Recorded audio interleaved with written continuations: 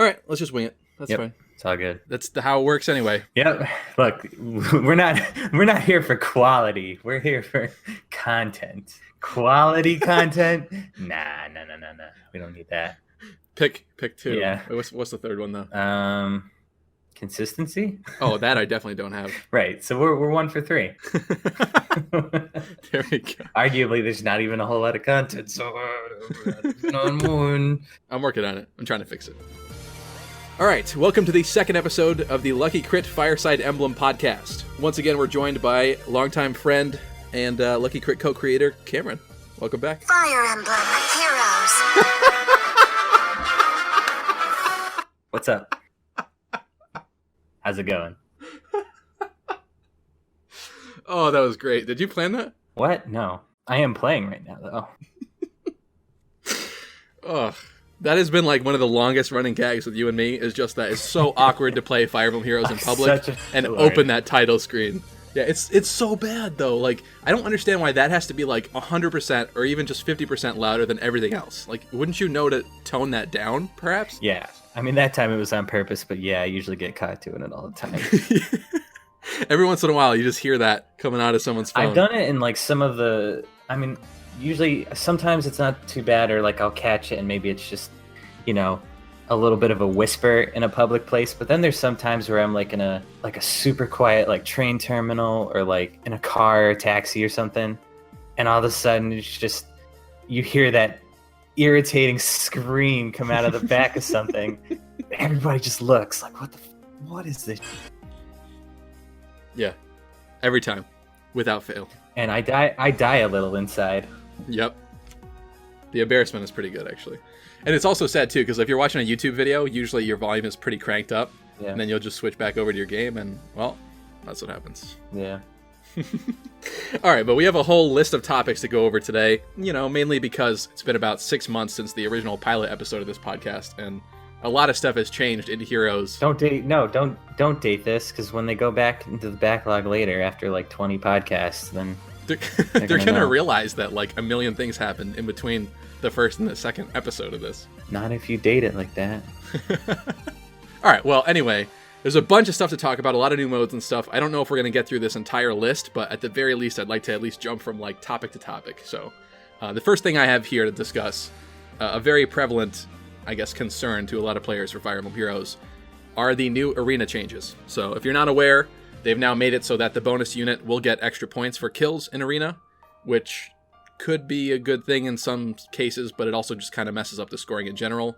And we also, honestly, I still personally feel like we need a serious arena, like base stat total revamp, because it's pretty much just, beyond tier 20 Armor Emblem. And, to even stay in tier 20, you're going to need either plus 10 merges on people or super merged armors. So what are your thoughts on that, Cameron? Well, there's like a couple facets to it, and I'll start with a tangent here, of course. If you've ever gone to any of these websites, like the Wiki or Game Press or anything like that, and they all have these tier lists, I don't personally use the tier lists as like a way to, pick and choose my teams or who I put on them, who I play with, who I enjoy, but they are a good indicator of like what's hot in the meta right now. Right. Or even what's kind of hot for the counter meta, right? Or whatever people are taking as tech choices against the meta. And if you look at the last few months, it's just been armor at the very top, and everything else is starting to, fall to the bottom. Even characters who are supposed to be touted as like these crazy OP power creep releases, like Aira, or like even this new guy, Forgetti. What is it? Forsetti Spaghetti? Mama Spaghetti. Yeah. Mama's Forsetti. Lewin. Weak knees, green orbs heavy. Like, it's amazing how they come out and everybody's like, oh, they're going to break the game. They're power creep. Doesn't matter. Armor on top, Yeah. It's just all armor. It is funny because there's a lot of units that people will freak out about when they first release that, they'll comment like, oh my god, these skills are so broken. We're reaching like ridiculous power creep levels. But then the unit ends up not doing like anything in the meta at all. Yeah. Yeah. And like Forgetti Spaghetti aside, like it makes the meta stagnant. And, the meta becomes stagnant, then arena becomes stagnant, and then it just kind of trickles down. I see the attempt they're trying to make with the bonus units collecting extra points. They're trying to get you to mix up your teams and, well, also get you to make use of the characters that you summon, so buy more characters and all that. Mhm. But Yeah.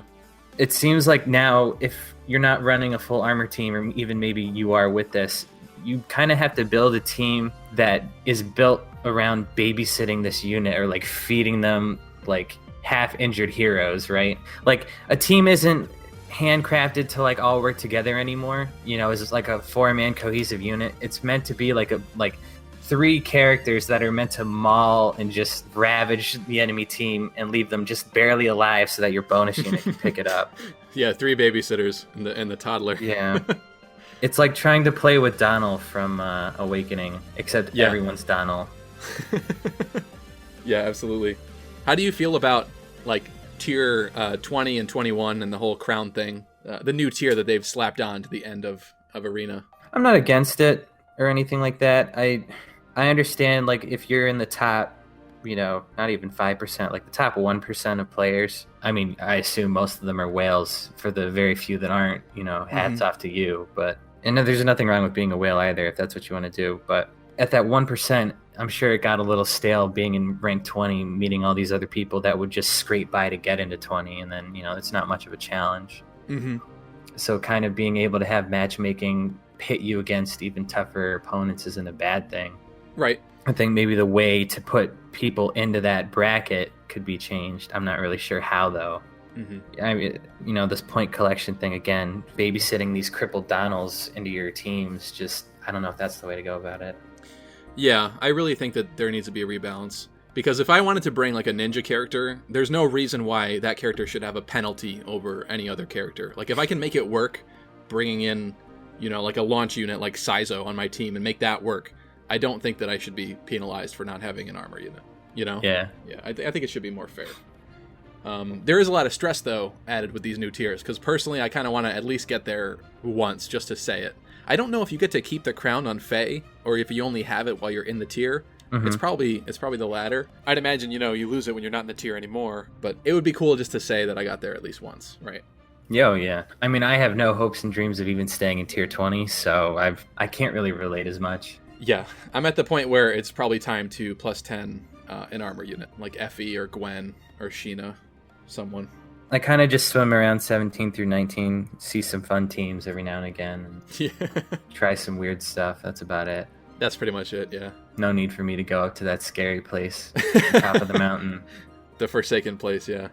Yeah, because, I mean, the mountain just gets bigger as the corpse pile grows. Like, I don't want to know where all these bodies come from that get thrown down the hill. I just want to watch.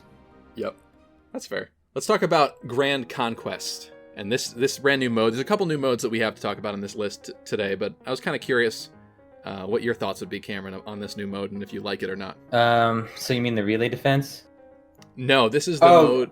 Oh, yeah. No. Right. Well, okay. So the fact that I've even mistaken it is a problem too. Are you listening, intelligence systems? Yeah. Okay. So I'm okay with Grand Conquest. I think it's kind of just it's a filler mode. Mm-hmm. I take it or leave it. I don't consider it any kind of premium content. It's just there. It's another way, I guess, for the community to kind of compete against each other, because we're all sick of, or at least I'm pretty sick of, the gauntlets now. Mm-hmm. I will say that overall, with all these new modes, I am surprised and excited that they made so many of them, because I kind of thought when Grand Conquest came out, that was going to be a new mode for the next while. Because we went a long time with just Voting Gauntlet, Tempest Trial, Voting Gauntlet, Tempest Trial, you know, all of that stuff over and over and over again. So it's nice to see now that there's at least like 4 or 5 things that we're switching back and forth between. So I do like that a lot. But yeah, they do seem kind of fillery. There's nothing really that special about them. I still don't know how I feel about this mode either, especially with like at the end of each day of the 3 days, you pretty much get sent to a completely different map again, and you're on a different team most of the time. So I guess that could be good if you're getting the crap kicked out of you, and then you end up on a much better team the second time around for those feathers. Yeah. But yeah, I don't know. It's a weird mode. I guess to kind of segue into it, since I've already, mentioned it, I think Relay Defense, this new mode, and I guess just because, it's been 6 months or whatever, the mode before it, I actually like that they implemented it. I think I remember in the last podcast I talked about, some changes they could make or modes they could make, and it was things like defending VIPs or bases, or using what's already there and maybe just altering the rules of engagement just slightly.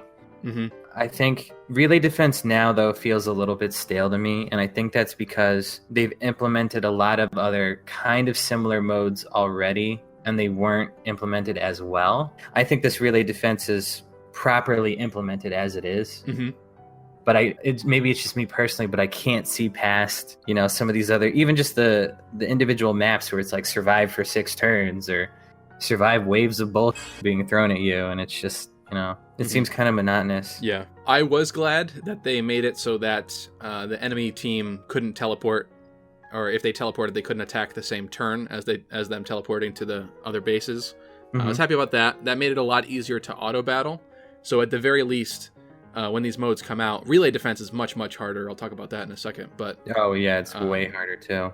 Yeah, I will say this: they are trying, right? I will never fault them for trying. They're still giving us more content, in some ways more than we deserve. I don't know. Maybe they just have to keep trying. Keep shooting till more things stick. Like, honestly, love it or hate it, I think Tap Battle was a good idea in the sense that they tried something different. And I think, some people might even really like it. I think it's a little too simple for me, and I'm not really huge into the rhythm aspect. It is also kind of an odd fit for just this series in general, but, it's something different, something kind of new. I'm okay with it being there. Mm-hmm. I think make it a little more interactive, because right now I can just sort of open it up, slap my fingers over the screen randomly without looking, and as long as all the dudes die on screen, like, you don't have to match the rhythm or the tempo of the music, you win still. Mm-hmm. There's no real way to see how well you did or compare yourself to, other people, whether it be other players or your friends. There's really no indication as to like how well you did beyond the scale of like, oh, A, B, C, and D. Mm-hmm. And it's kind of arbitrary because it's either you killed all the guys or not, and then, oh, were you in rhythm or not? But if you just want to pass through it, then you can just slam through it. Oh, get a C, move on. Right. I do like that. There's no extra reward for being good at it. Right. I'm glad about that, because they'd probably lock some really nice stuff behind that wall of having to beat the final one, with a decent rank on extreme. Yeah. What I don't like, actually, is to get S rank, you basically have to keep the rhythm the entire time, not miss a single enemy. And if you even click slightly wrong and break that streak, that chain that you're on, you pretty much lost S rank. I hate that. I hate that so much. Because everything else you could do perfectly, and it's just that you tapped slightly late, or, maybe there was a delay. It's kind of like Guitar Hero in that sense, in the actual rhythm games, where, anything could happen. Really depends on and you can adjust the delay and things like that. But there's always moments where I tap somebody and I'm pretty sure that it's correct, and I'll miss it or something like that. I just feel like there's not a big enough penalty for over-tapping or mistapping. Yeah, that's fair too, because you can pretty much just spam it and nothing really happens about that. I guess you probably wouldn't get a streak that way, but if you want to just even beat some of the harder stuff, you can definitely get through it by just spamming. I mean, you might not get a streak, but you can still get a fairly high score without keeping a streak too. Mm-hmm. Which, yeah. What's the point then of really trying? But I think in general, though, I do appreciate Tap Battle. Yeah, it's cooler than I thought. I was kind of disappointed in it at first, because I thought it'd be something a lot cooler. But I like the variety. When they come up with variety stuff where you can like take your units and see them in a different way or use them in a different way, that is cool. I do appreciate that. I'm disappointed that it doesn't cater to my personal taste, but I also understand that it shouldn't. It's something new. Some people really like it, and they tried something different. So yeah, Rival Domains is the mode that we were talking about. Right, yeah. Before Relay Defense. And Rival Domains is basically the maps that Grand Conquest then takes and just puts it on a field for you to, I guess, strategically pick and capture. I do like the bonuses in Grand Conquest, actually. Those are cool, when they give you like extra attacks for armors or cavalry or whatever specific unit type it's telling you to use. That's cool. But yeah, those maps in general, I don't know how I feel about them. It's definitely a really weird experience, because you're so used to trying to beat all the in-game content without people dying. Yeah. And then you go into that mode and like you have to be okay with losing like a bunch of units like constantly. It just doesn't feel good to play those modes. Not only that, but like sometimes just it doesn't matter how good of a player you are, like assuming you're not using all of your units, which I mean there again maybe you are if you're, that lucky or a whale. Like you have to at some level you have to use some other people's units, and RNG dictates that out of the enemy castle, if you in your rotation end up with some amount of like, I don't know, let's say 4 or 5 reds crossing a river, and then RNG decides I'm going to spit out like 5 or 6 blue units out of all the enemy castles, there's nothing you can do about it. You just have to live with it. And because you only have 10 turns, there's no amount of strategy that you can really employ to like deal with that. Yeah, sometimes throw them in as cannon fodder to get the new units in the rotation. Mm-hmm. I don't have to worry so much about having friend units in there. Usually I can fill out the roster pretty nicely. But yeah, I've also spent money on the game and stuff like that. There might be people that don't have that many solid units to throw into a team. So yeah, that could easily be a problem. Yeah. Yeah, I'm not exactly free to play either, but I haven't spent that much, so sometimes it's a bit of a challenge. Mm-hmm. So how far have you gotten in this new relay defense mode? I gave up after the second map. Oh, really? Yeah, well, there again, that was that RNG I was talking about. Like, I could probably play it right now and get through it, but there were just 2 or 3 rounds where, I don't know, like the lineup of units that I put out in the brigade just didn't match with whatever the AI threw at me, and I was getting dumpstered. Mm-hmm. So I was like, oh, I'll just deal with this later. Yeah. And the rewards really aren't significant enough for me to really like muscle through it. Mm-hmm. At least some of them, so... Yeah, I'd agree. I haven't seen what the Abyssal reward is yet, because I haven't done that one myself, but I think I did all but, like, probably 3 of them. I still have, like, 3 more to go. Yeah. This is also a very different mode, too, because for the first time, it's like, you don't want to charge at the enemy. You want to hold the forts that you have. Yeah. And honestly, you kind of have to use, like... defensive-style units, not, like, pure attackers. Well, yes, but also... what I don't like is you pretty much, if you want to really do well and win, and I'm assuming the only way to beat the Abyssal one, I can't really say for sure because I haven't gotten to that map to play it yet, but you're probably going to have to manipulate the enemy AI to end up crowding and just standing there, You know what I mean? Make them funnel into one spot and hold them there with somebody on your base, and I don't really like that. I don't like the whole having to manipulate the stupid game AI type of stuff, you know? It's something that you see a lot in... a lot of the Abyssal tutorials on YouTube now at this point from like Phoenix Master and stuff, who's awesome, by the way, and does really great stuff. But like, I just hate it when the only way to beat maps is to basically trick the AI into standing in a certain spot that they're just going to be stuck in and standing in and, you know, can't attack you anymore from range or whatever it is. I don't like stuff like that. Like, it should be beatable otherwise without having to manipulate it, you know? That's also, it seems like a lot of the, you know, PvE in-game content is heading in that direction, especially with the Abyssal stuff and the harder maps. It's just getting to the point where if you enter the map and, like, play normally, you will not be able to win. Yeah.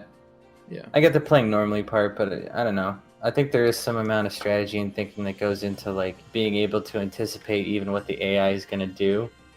And, like, you have to employ a strategy to make that work. Sure. But then there's stupid stuff where it's like, okay, I know that if I damage this unit... that healer, instead of attacking my vulnerable character and killing them and making me lose, which is what a smart human player would do, that dumb AI is going to instead run all the way over there and heal them, you know? Well, I think the way to maybe solve that is to change the parameters in which the AI acts, right? Because like throughout every single map and every single mode, they must just use the same blanket programming for all the AI across all those maps. Like, they commit the same functions like you were saying, like, oh, healer sees injured person, rather than finish off somebody to get the kill, always heal target A, B, or C, right? They will always do that. Maybe like in some of the other maps, they need to change up the way that they're programmed. So maybe one grand hero battle, the healers just ignore their people and they're like, oh, I'm going for these kills, screw these guys. And then, you know, in another mode, maybe, oh, the Lancers decide not to attack your red bucks for some reason, or at least they don't prioritize them. Just, I don't know, maybe some way to like mix it up. That would be cool. Yeah. And they don't have to tell you either, just let you figure it out. Yeah, it'd be cool to squash everyone's expectations when they try to play the map and try to do the normal like crap that they do, and it's not working at all. Because you'll see some of the tutorials on how to beat these maps if you're too lazy to think it out yourself. You know, there's a lot of thought that probably goes into it, or, you know, a little bit of trial and error. And And for me, that's kind of fun. That's why I try to limit myself to only using tutorials if I absolutely want to like tear my hair out or throw my phone out the window. Right. Yeah, that's pretty much how it's been too. So have you actually played a lot of the new tactics drills content, that kind of stuff? I have, yeah. I think it's interesting. But some of the skill studies ones and the Grandmaster ones, the later ones, require a certain amount of movement patterns and forethought that I could never come up with myself in a million years. I think it mostly has to do with there are some instances in which, or you have to plan 2 steps ahead, move your characters forward without attacking, receive attacks, and then like retreat, move forward again, not attack, and then finish it off. Like I get, it teaches you how to play the game differently, I suppose, but some of it is not intuitive at all. Or maybe I'm just not that smart. It's very possible. I haven't beaten all the Grandmaster ones yet. I beat all the skill studies. That's what I did a couple days ago, I think, now at this point. So those weren't too bad. Sometimes you get stuck in this awkward spot where you're like, okay, I'm pretty sure I have to go this like route of doing it. I think I made the first 2 correct steps. But then it's like, yeah, trying to figure out, do I not attack this turn? Where do I place the units? Sometimes with that, it can get pretty tricky pretty quick. Yeah. But yeah, with some of the Grandmaster stuff, I'd imagine it's going to get pretty bad. Yeah, and I mean, I don't blame it for being difficult or anything. It's just teaching you how to use characters differently. I guess it's fine. I just wish I was better. I wish I wasn't trash. Yeah, it's hard to change your thinking behind it because you're so used to playing it your certain way. Yeah.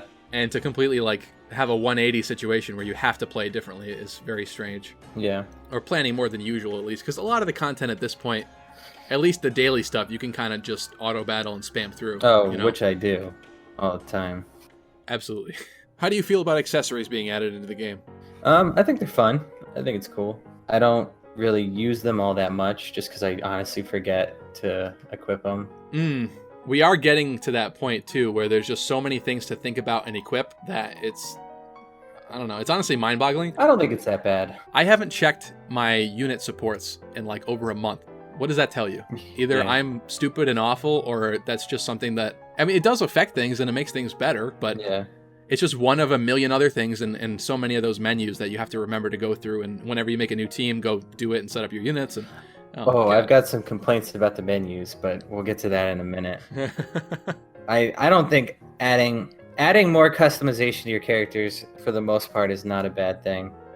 Yeah, I do like it. I think it's perfectly fine. The only thing that would make more sense to me is if for the modes that require you, I think it's mostly just forging bonds actually, where it'll say like, oh, you need to wear this silly hat to get a bonus, or Yes. if they do something like that in the future, you need to be able to access some of it had you not collected any of it previously, like through a mode that's not there anymore. Kind of like the way that they changed Tempest Trials and getting the new units. I don't know. Maybe I just didn't look at it properly, but it seemed like the forging bonds before this one, you had to have like the super special hats to start getting bonuses for like point collection. Otherwise, you got nothing until you actually unlock some of them, which were like way down the tree. For like a certain character. I see what you're saying, yeah. You know what I mean? It was literally the problem that people had with early Tempest Trials where, oh, I don't want to spend 20 years trying to get to the point where I can start using a bonus character for bonus points. I want to get bonus points now so that I don't, I can do something else with my time. Right, it's like you have to play unoptimized for a little while till you get the correct stuff. Yeah, and if you didn't collect the accessories from wherever they came from beforehand, kind of like the old Tempest Trials, like, oh, you could... If you were lucky, maybe you had a 20% bonus unit, but you certainly didn't have any of the 40% and you weren't going to get them. Mm-hmm. So good luck with that. Right. But I mean, they fixed that in Tempest Trial, and maybe now as more accessories are circulating, they can fix that too. Yep. Honestly, I'm a little disappointed with a lot of them because we'll talk about Forging Bonds as well. But when that comes out, I'm so excited to see all the new accessories because I'm like really waiting for some cool ones to enter the game. I think my favorite so far is probably Veronica's headdress thing with the spikes. Yeah. I like that one. But so many of them, I'm like, okay, this is going to look awesome. I know exactly who I'm going to put this on. And then I go to put it on the unit afterwards, and I'm just like, this looks stupid. Does not look like I thought it was going to look. You know what I mean? I like the scuba mask. Yeah? The swim goggles. Well, that's a pretty good one. It's a weird one, but it's a good one. I think they need more fun ones like that. I don't know, the rubber duck and whatever, those ones, I'm kind of like, why do I want that? Fun. I get it. Yeah, Someone's going to love that Yeah, one. they're fun. Yes. But I don't think that I am going to willingly put that on somebody, like on my main team or anything like that. So, I mean, like the masks are fine. The eye patch is cool. Mm-hmm. I guess, honestly, I just feel like a lot of the sprites look better without that clutter added onto it, if you know what I mean. No, I get that too. Most of my characters don't wear that stuff because I like just the original look of the sprite. But it doesn't hurt anyone by just having the option there. Yeah. I think it's a good idea. Have I seen one that just, blew my mind and I absolutely need it on all my characters? No, not yet, but, we'll see one eventually. Mm-hmm. Hopefully. I'm like holding out on some really cool ones. Like if we got Saber's eye patch, I think that would be pretty sick to put on somebody. Yeah. Yeah, there's some cool character-specific ones that I would love to get. Honestly, like if Nintendo wanted to get in on it and be a little cheeky, they could do some crossover content, right? Like a little Mario and Luigi cap. They could. They probably could, yeah. Some cross-brand recognition. Nintendo, if you ever need somebody to give you some ideas, I'm available. Or give them like the little Link cap from the Legend of Zelda series, stuff like that. Mm-hmm. It's supposed to be fun and random, so yeah, throw some weird hats in there. Make this like TF2. That actually would be pretty cool. No reason not to. I would love to have my Reinhardt running around with a Luigi cap. A Luigi mustache maybe too. Yeah, make it a hat mustache combo actually. Yeah.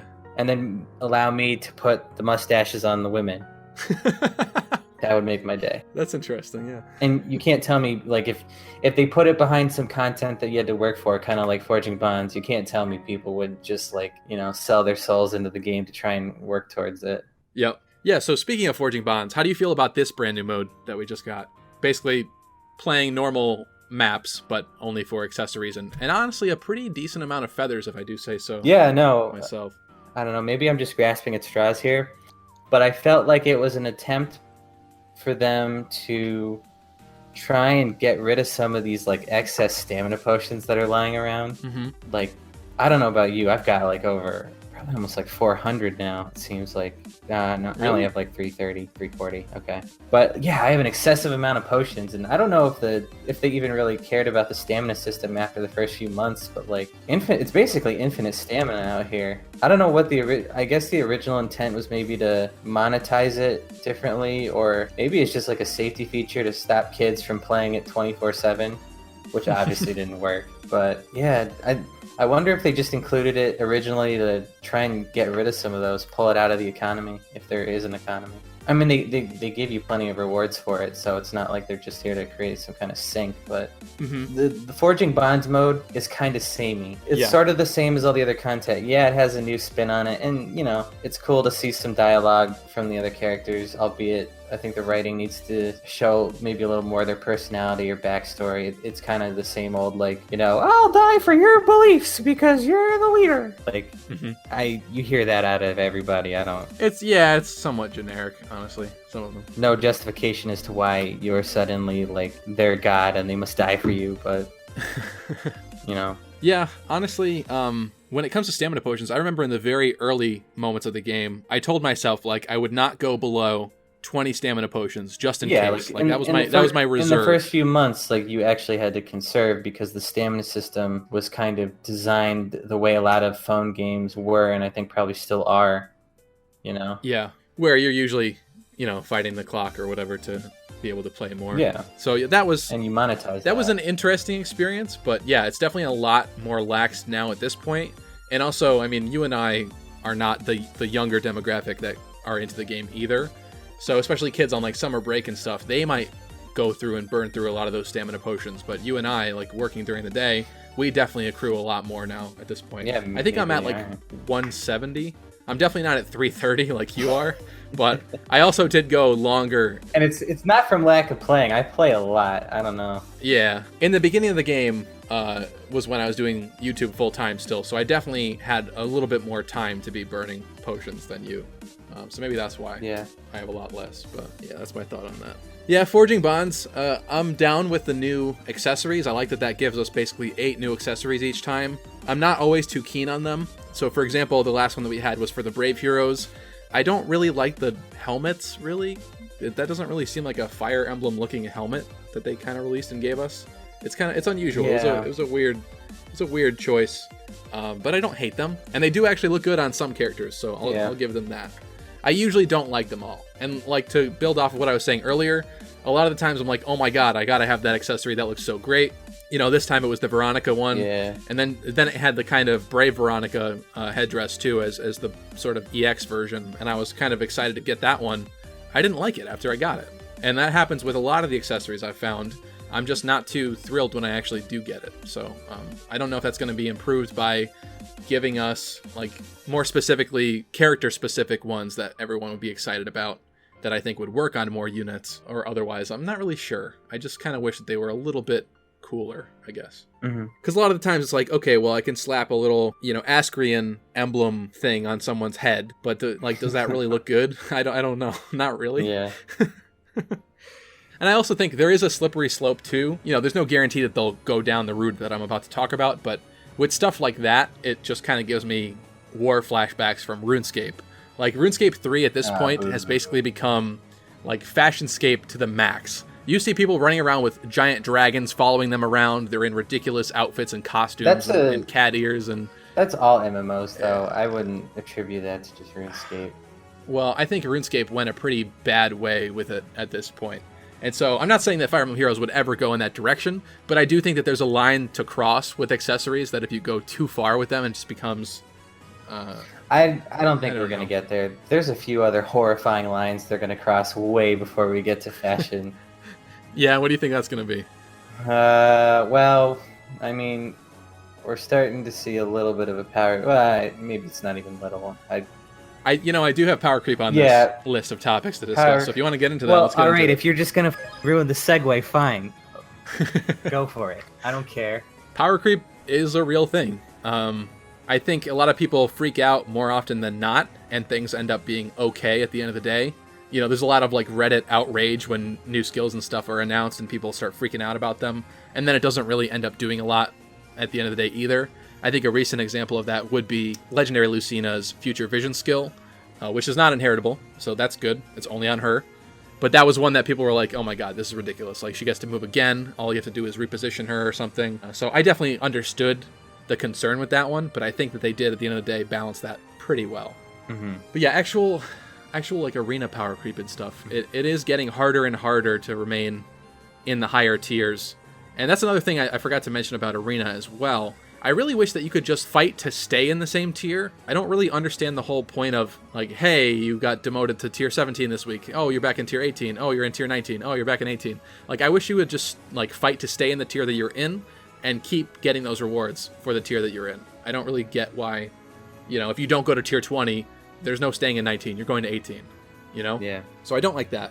It's also becoming harder and harder, especially for F2P players, to be able to make it all the way up there and stay in tier 19, tier 20, tier 20.5, all that is becoming really, really ridiculous. So I do think that they have the potential of continuing down a bad route. I think that we need a rebalance for that. But I did also see a lot of people complaining about Brave Ephraim with his brand new, special fighter skill? Yeah. Forget like arena for a moment, or, PvE versus arena. Just by the characters themselves, you're starting to see like power creep here and there across every tier, every color, every like archetype, and in some cases it's minor, or it's just sort of side grades, or it's like creating a chance for some people to get a similar style of character that maybe they didn't get the first time they tried to pull for it. But then there's some where it seems like some of these characters are just there as like planned obsolescence, They're only there to like hold you over until they've had time to sort out the next super like actual overpowered character. I guess to steal your topic from earlier, the Ephraim thing, I don't think it's like particularly broken or power creepy in the sense that it's meant to be put on a brave unit. I think it's inheritable. But the fact that you just have to earn the brave unit in the first place to get it and then melt him down for it is one thing. It's also merging two skills, one of which is, very valuable, and one that's kind of uncommon or not really used all that much at all. I think personally, when they lump skills together, especially the unpopular ones or the ones that nobody uses, it's not really, I don't think there's much creep there. It's kind of just trying to make certain things more relevant. It's pretty much the problem with healers in general. They keep trying to put healers into the game and make them more viable, make people want to use them, get them excited about healers. And it seems like the only way so far they've been able to do that is to slap a character that everybody's been clamoring for, give her some bougie, broke-ass staff and some crazy, like, next-level buff skill for her special. You know, I'm talking about Veronica here, if you couldn't tell, audience. Yeah. The fact that she's just... It seems like she's squashed every other healer in the game. I mean, nobody ever talked about how cool Elise was, and now they never will. Because she's gone. She got squashed. Some people did. They realized that she was the best mounted healer, and pretty much the best healer overall, I think, but for the longest time. I mean, you try to put all these healers on the ground, nobody wants to use them. As soon as you put them on a horse, okay, people start paying attention. But then you put one healer on a horse who's the best, and then you have a bunch of other suboptimal horses. You put on a new one, obsoletes all those, no one will ever look back. It would be cool to get some more variety with the healers, and I guess more of a purpose in using them too, because even with Brave Veronica, I don't think that we're going to see a lot happening with that. I pretty much fully doubt that people are going to be running her in arena and stuff like that. So I mean, I will, but I don't know if everybody else will, because I think she's pretty good. Great for PvE content, but yeah, overall I'm not sure. Healers need something else to really help them. How do you feel about the colored archers and colored ninjas, colored dagger units? I do not like them. Yeah, how come? Well, I don't mind that they want to add more colored units with different methods of play, right? If that makes sense. Like, I guess there's really only melee and ranged characters. So that, you want to add more unique daggers that are different from the other gray daggers, that's fine. But if the only way to do it is through color rather than just altering so we'll take daggers, for example. It seems to me that the dagger archetype is that you're kind of usually a slightly higher speed than average, weaker defenses, middling to higher attack, low HP character that has a dagger that has some stupid or really good effect. It's one or the other. It's polarizing. It's never just a mediocre one. And then you have -6 or 7 defense res slapped on for good measure just because it's dagger. It's very, very typical. Some of the daggers have different effects, but for the most part, they play the same. They have the same role, all of that. I actually really like that they added some as dancers, but the fact that they now have colors associated with them means you are limited to pitting them only against certain characters. You lose the universality, which, I mean, I guess that is also different too, but I don't know.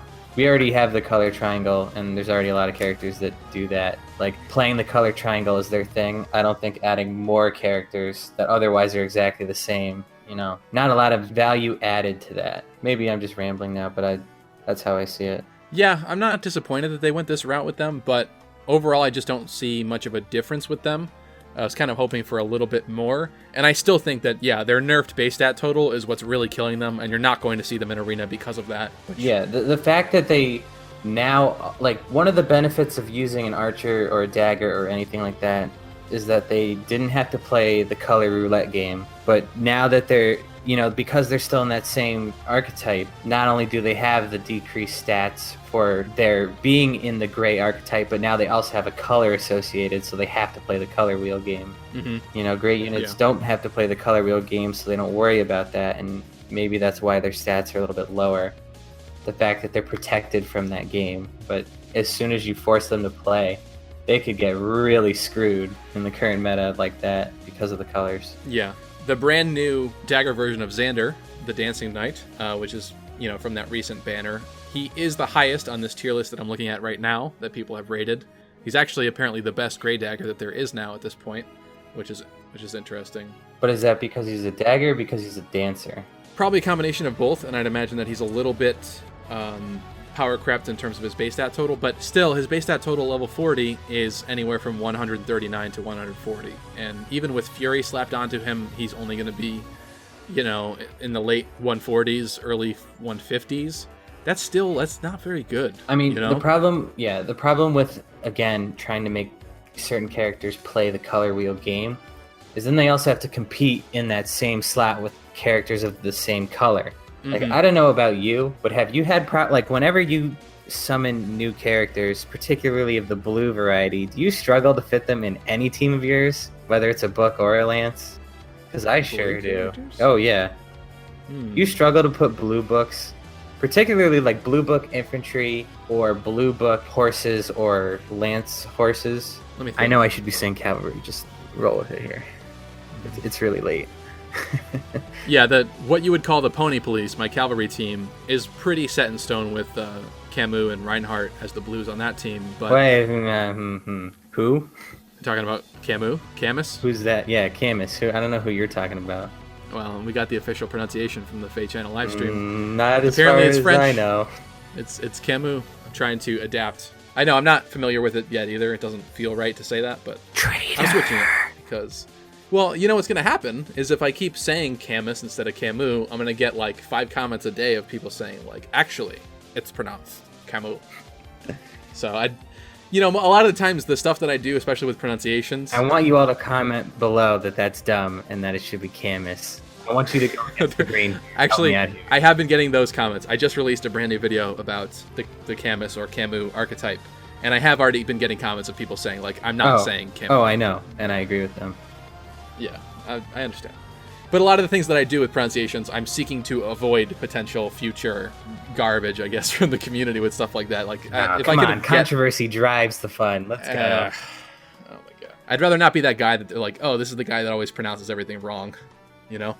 Yeah, to continue off of that though, yeah, I want Dagger units to make a bigger impact overall, especially healers too. All the units that people pretty much don't use in Arena, I would love to see in Arena, just to have that wider variety of stuff happening. And I don't think they can. Well, I mean, not if there was some kind of changing the arena skills. point. Well, sure, we could always get refined weapons, or who knows what they're going to do now that we have Deathblow 4, which we could get into talking about as well. No, please. Future skill upgrades. Talk about power creep. But overall, like, I just think that if the arena points were a little bit more fair and didn't count so much when it comes to unit base stat total, we would probably see more daggers in arena, and I think that would be really great, and that would fix a lot of the staleness of a lot of the game at this point, honestly, because you just see people experimenting more with other units that right now they probably won't touch because they don't get enough points. So yeah, Brave Heroes though, let's talk about that, like Deathblow and stuff. How do you feel about this second batch of Brave Heroes this year? I like them. They're honestly, my only complaint probably is the Deathblow 4 thing. It's not necessarily that large of a complaint yet, because if they keep it exclusive to her, I'm okay with it. That's fine. I mean, yeah, but it's not. What do you mean it's not? It's not exclusive to her. No, I mean in the sense that she's the only character that you can inherit it from. I guess I need to specify. Oh, I see. I see. Like the only way you can get Deathblow 4 on another character is by melting one of her down. Mm-hmm. That's fine, because it traps it beneath a pretty strict wall at least. But they're going to do this with other skills now. I mean, now that they've touched it once, unless the fan outcry is bad, they're going to do a fourth. That's why I'm trying to be hopeful and positive about it. If they just keep it, I realize it's awful. They put themselves in a very precarious position with that. I think they got lazy. They probably could have given her something else, or at least modified the existing Deathblow to maybe just have an extra add-on skill or something. Kind of like Ephraim's thing, right? Like, yeah, she could have just tacked something else on. There's a lot of characters with character-specific skills, like Brave Lynn, and like Sigurd, people like that have their own skill. It could have been her own skill. Yeah. But yeah, no, they opted for a straight upgrade. And that's kind of scary too, because Deathblow is on a lot of builds, especially Reinhardt. It makes Reinhardt even better now. Oh, maybe only slightly. He doesn't even need it. Objectively. But yeah, he didn't need it, and now he's even better. So well, like I said, I'm gonna hold on to that rage a little bit, let it cook for a while, maybe simmer with some nice Szechuan sauce until we see more. Till you see Fury 4? Yeah, well, yeah. If I see Deathblow 4 or Fury 4 start popping up everywhere, then maybe we have to have a talk with them. But I'm okay right now. I don't think it's the end of the world yet. Okay. We don't want to get too salty. For the most part, they're trying. They're like, that's very fair. Because we can complain about that one skill, but I mean, we're also seeing some other stuff that's really nice, really interesting, new abilities. One of the things I talked about in the podcast, I think the previous podcast, or at least I think I mentioned it, was having skills that happen on like different turns or are activated by interacting with other characters. And last I checked, word for word, it seems like some of these skills do that, like the link skills or the even odd wave skills. Yep. Which is, that to me, even though they're simple, they're different. That's innovation. I think that's the kind of stuff I want to see in the game. Yeah, I definitely don't like seeing when everybody's teams have pretty much the same builds for most characters and stuff like that generic build. Basically, I like Fury a lot, but slapping Fury on somebody, for example, that's a pretty generically good thing to do for most characters. Mm-hmm. Yeah, stuff like that. Whenever we get innovation that's a lot different, newer, different skills, cool stuff happening. I do like the chill skills. Those are pretty cool. Yeah. And those are starting to become more common on characters too, so that's going to be fun to keep playing with those. But that was exciting when that came out for me because I liked the concept of it, and I thought that could lead to a lot of new potentials. And you're taking somebody's B skill for the most part, unless it's built into their weapon or something, which some characters already do have. Yeah. But the chill skills in general are usually B slot, so that's pretty much the best slot in the game. That sort of is the character defining slot, I would say. Yeah. Because that's usually what your build encompasses right there. Whether it's desperation for that double attack, vantage to counter the enemy before they even attack, that kind of stuff. That's usually the very defining skill. So to take that slot and to make it for like a chill skill that lowers enemy stats, that's cool, because that could lead to a lot of new tech builds. Maybe you have a tech character on your team that has that skill for your arena team. Yeah. That I like that a lot.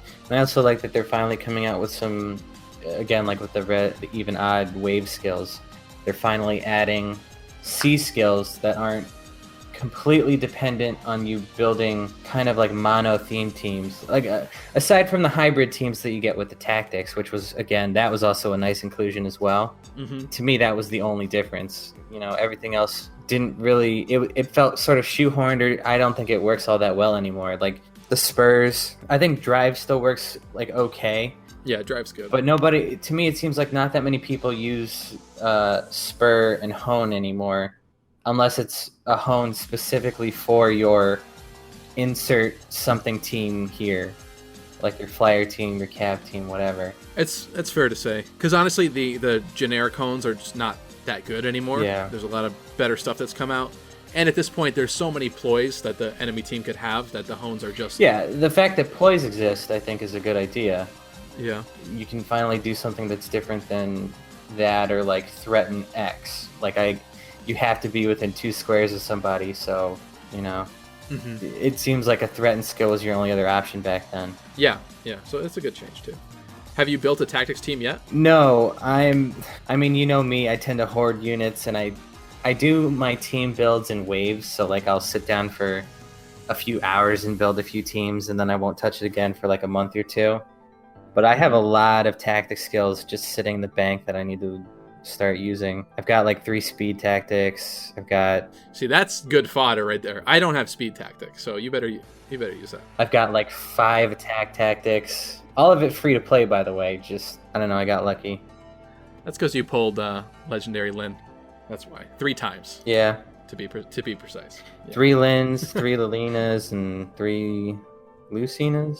Legault has the attack tactic as well. I'm really glad that he got demoted with attack tactic as well. That was a really good skill. Nice. By them. Let's talk about a very, in my opinion, very positive change for the game. Combat manuals. Oh my god. Best invention. You get brownie points for that. Holy. All right, let me tell you a story. A quick little story here. So, back in the day, we had 200 slots, I think? Something like that. Was it 150, 200 slots? I don't know. I'm at 500 now, so it's hard for me to imagine that I've boosted it that much, but I probably did. I never thought in my wildest dreams, how could I fill this roster? I pulled 3 golds, and I was like, oh man, I have a few bronzes, a few silvers. There's no way I'll ever fill this. I didn't understand what merges were at that point, but hey, I'm never going to get to 200 characters. Mm-hmm. A year later, I'm up to 350 slots now, and that's after they gave us 100 free slots. And every time I summon even 1 bronze, 1 silver, and then I always see that stupid screen flash up. It says, oh, man, I know you like playing this game, but empty the barracks. I'm not letting you play anymore. I feel like I'm selling off one of my children. It is actually like that, isn't it? Every time. It's just, send somebody to the feather mines. And I don't know, I have a hoarding problem. because I want to keep everybody for the merge skills or the inheritance. But now I don't have to do that. I can just turn them into a book. Just grind them down into a little novella. Yeah, I've surprisingly spent a lot of orbs on slots, and I don't think I'll ever have to do that again. I have too, yeah. I actually filmed an entire video that I think I still will put out. I hadn't gotten around to finalizing the editing on it, but it was basically about cleaning out the barracks and about which units are fine to send home, which ones are good for what reasons and what fodder and what you should use them for, all that kind of stuff to specifically help people clean out their barracks. Because I know that's been a huge problem, definitely for you, for my brother as well. So I know there's got to be people out there. I probably freed up about like 50 slots probably. Yeah, just from this, yes. So that's the unfortunate part is I made that video. I recorded it probably a month or two now ago at this point. So obviously combat manuals were not a thing when I recorded that. But I think I'm going to just record an addendum to the beginning of the video and just say like, yeah, you know, when you go to feather somebody, you can just make a combat manual out of them instead. So aside from that, the rest of the information is still relevant. So that is something I am planning on releasing because I know that that was a huge problem for a lot of people. Yeah. Because it's difficult. Like you're going to pull stuff. You don't want to just throw it away. Yeah. Like there's decent skills. Sometimes you don't need them at that moment, but you have like 5, you know, Florinas or somebody lying around and maybe you don't need darting blow right now. But then someday that time is going to come around and you'll have none left and you're like, ugh. I can't tell you how many times I regret, maybe about 7 months ago. I remember looking at my barracks and I probably had like 12 Barukas sitting in there. I don't even know why, I just never got around to throwing her out. And then one day I saw that like tanky flyer build and I thought, oh, that was really cool. You know, maybe I'll make her emerge 10. Oh, I threw out every single Baruka just to make space for these other characters. Yeah. And now I wish I still had them. It's painful. It's painful, yeah. I love that character. People starting the game now are going to live in a completely different world than you and I. Yeah. Well, there's a trade-off because they're gonna have a difficult time picking up some of these legacy characters. That's true. Or I guess what would now be considered legacy. I am happy overall too that we continue to get, especially the limited time characters and legendary banners. I'm so happy about that. I'm really glad that they haven't like discontinued anybody for years. Yeah. In fact, I think Camus or Camus was probably the worst example of that. Well, I mean, years. The game's only hasn't been out for 2 years yet. But I know, but some of these gacha games, like you won't be able to get a character for at least a year or two before they do a rerun or something to put them back out. So I'm glad that we're not going in that direction with this. And that way, like, honestly, it probably makes more sense for you to save your orbs until they show up in the legendary banner, and then you have that higher rate. Oh, that's what I do. Yeah, you could get one of the other two instead of them, which would stink, but that higher rate is pretty solid, actually. So there's a trade-off. But yes, I'm glad that you can pretty much get whoever you want, and you don't have to really worry about it if the banner passes now. So that's great. Yeah, so combat manuals, though. That was a great addition. I like it a lot.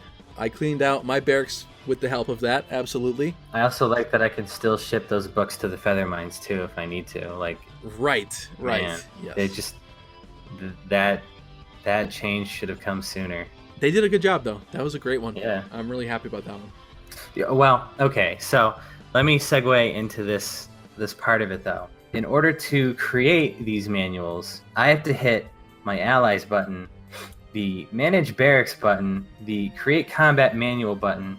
Yep. And then in order to create that manual, I've got to go through 2 more menus. One is a confirmation, and then the second one was another confirmation, just in case I wasn't sure about the first confirmation.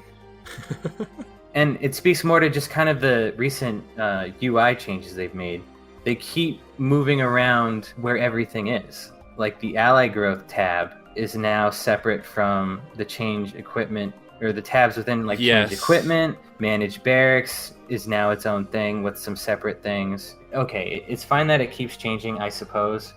But sometimes these nested menus get ridiculous. Yeah, it's getting pretty bad. There's a certain amount of like mind remapping that we have to do whenever they change it for each couple updates or whatever. Yeah. I click the wrong menus all the time, still, trying to find stuff. A lot of the times I'll go into like the ally menu, expecting to be able to equip accessories to my allies in there. Yeah. Nope, you got to go into change equipment, you know? Yeah, so that's a learning curve I guess we're going to have to figure out. But like, I guess to me, I don't know, maybe it's just conditioning, but some of this stuff isn't very intuitive to me. Like, if I want to change an ability on a character, I have to go through the change equipment menu. But like Fury 3 to me is not a piece of an equipment. right? You're right. It's a Yeah. skill. It's an innate skill on your character. Why would you? It's not the same thing as like slapping a sword on him or something. Right. I get why they did it this way because it does make sense. Yeah, maybe it's just a petty complaint of mine, but you are still technically equipping something to them. But yes, my mind was the same way at first. I was like, wait a minute, why is that? Really? Why is this in here? I think it's just because it keeps changing that I can't like nail down or be happy with any one version of the UI. Mm-hmm. On a real note, though, I am glad that a year and I think about maybe not 6 months, but about a year and a half into the game, we're still playing this game and we're still talking about it. So that's pretty amazing, I think, because my interest has, it's waned sometimes and it's returned, but overall, like we're still invested in this game, and I like that a lot. How do you feel about that? Yeah, no, I agree. I'm not really shocked that I still like it because I guess it just speaks to how much I really enjoy just the franchise, like the Fire Emblem series as a whole. Mm-hmm. Albeit I'm not like the most knowledgeable or probably the greatest super fan or anything, but just I think I would love it even if some of the content were even a little worse. And maybe that's just setting the standards really low. Mm-hmm. But I'm also glad that the standards aren't that low and that it is also actually a good game. At least I think so for the most part. Yeah, I mean, I kind of figured that we would get tired after a while of just the same grind over and over and over again, but they have done a good job of keeping it interesting, and with the new stuff coming out, it's been good. I think some people who they enjoy certain aspects of the franchise but are kind of more into the game than they really are Fire Emblem, I think those people are starting to feel fatigue, maybe a little alienated. Let's say people new to the series. I mean, there's definitely some characters from like the first 3 games or the first 4 games I have never, like, maybe I've seen their names or their art in passing, but I could not tell you anything about them. I have no idea who these people are. Mm-hmm. I can accept that they're like Fire Emblem characters and they should be loved all the same, but for people who are slightly newer to the franchise, I don't see how they're going to keep interest with it, and they start to feel the fatigue of some of these samey modes. Yeah, like if they're not being 100% sold on Fire Emblem, maybe they're being sold more on the game itself, and then the game starts, in their eyes deteriorating for them, or just it doesn't hold the same interest that it used to. Then those are the people we're going to lose. Yeah, I think that's a fair assessment. I think you and I are we see it with a bit of a set of rose-tinted glasses, maybe more than others. Right. Just something to think about. Yeah, and I think... Which is fine. I like those glasses a lot, but just I can sympathize with other people. I have a few friends who are kind of getting fatigued of the game. They've been playing it for over a year now. Right, and that's bound to happen. Especially, too, because, like, a lot of the people that play the game that weren't into Fire Emblem beforehand, like, they're not going to know a lot of these classic characters coming into it. And a lot of these new banners, it's not usually just intelligence systems coming up with what the meta needs at that moment. Oftentimes, they're just trying to stay true to the character, or give them something new and exciting.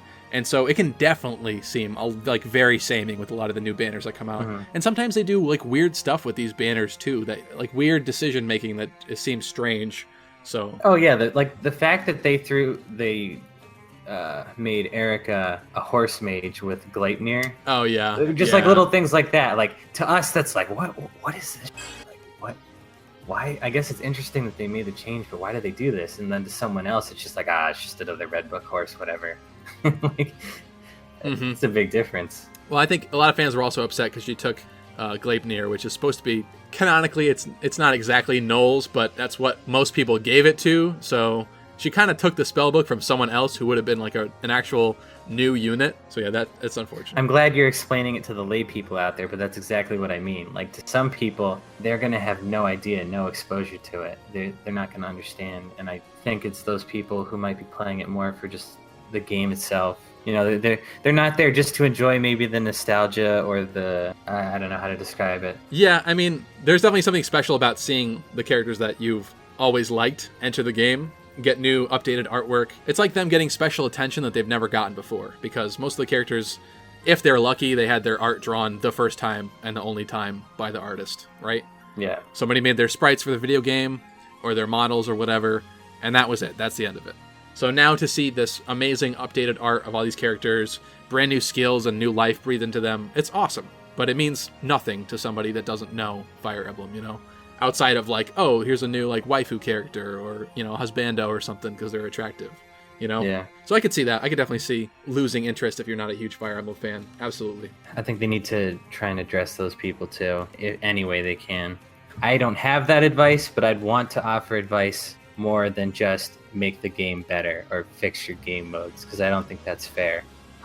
But I couldn't yet suggest constructively how to draw some of those people back other than just, minor modifications to the modes that already exist. Yeah. Honestly, though, too, as a little bit of a complaint to add on to this, I actually have an article open on my phone.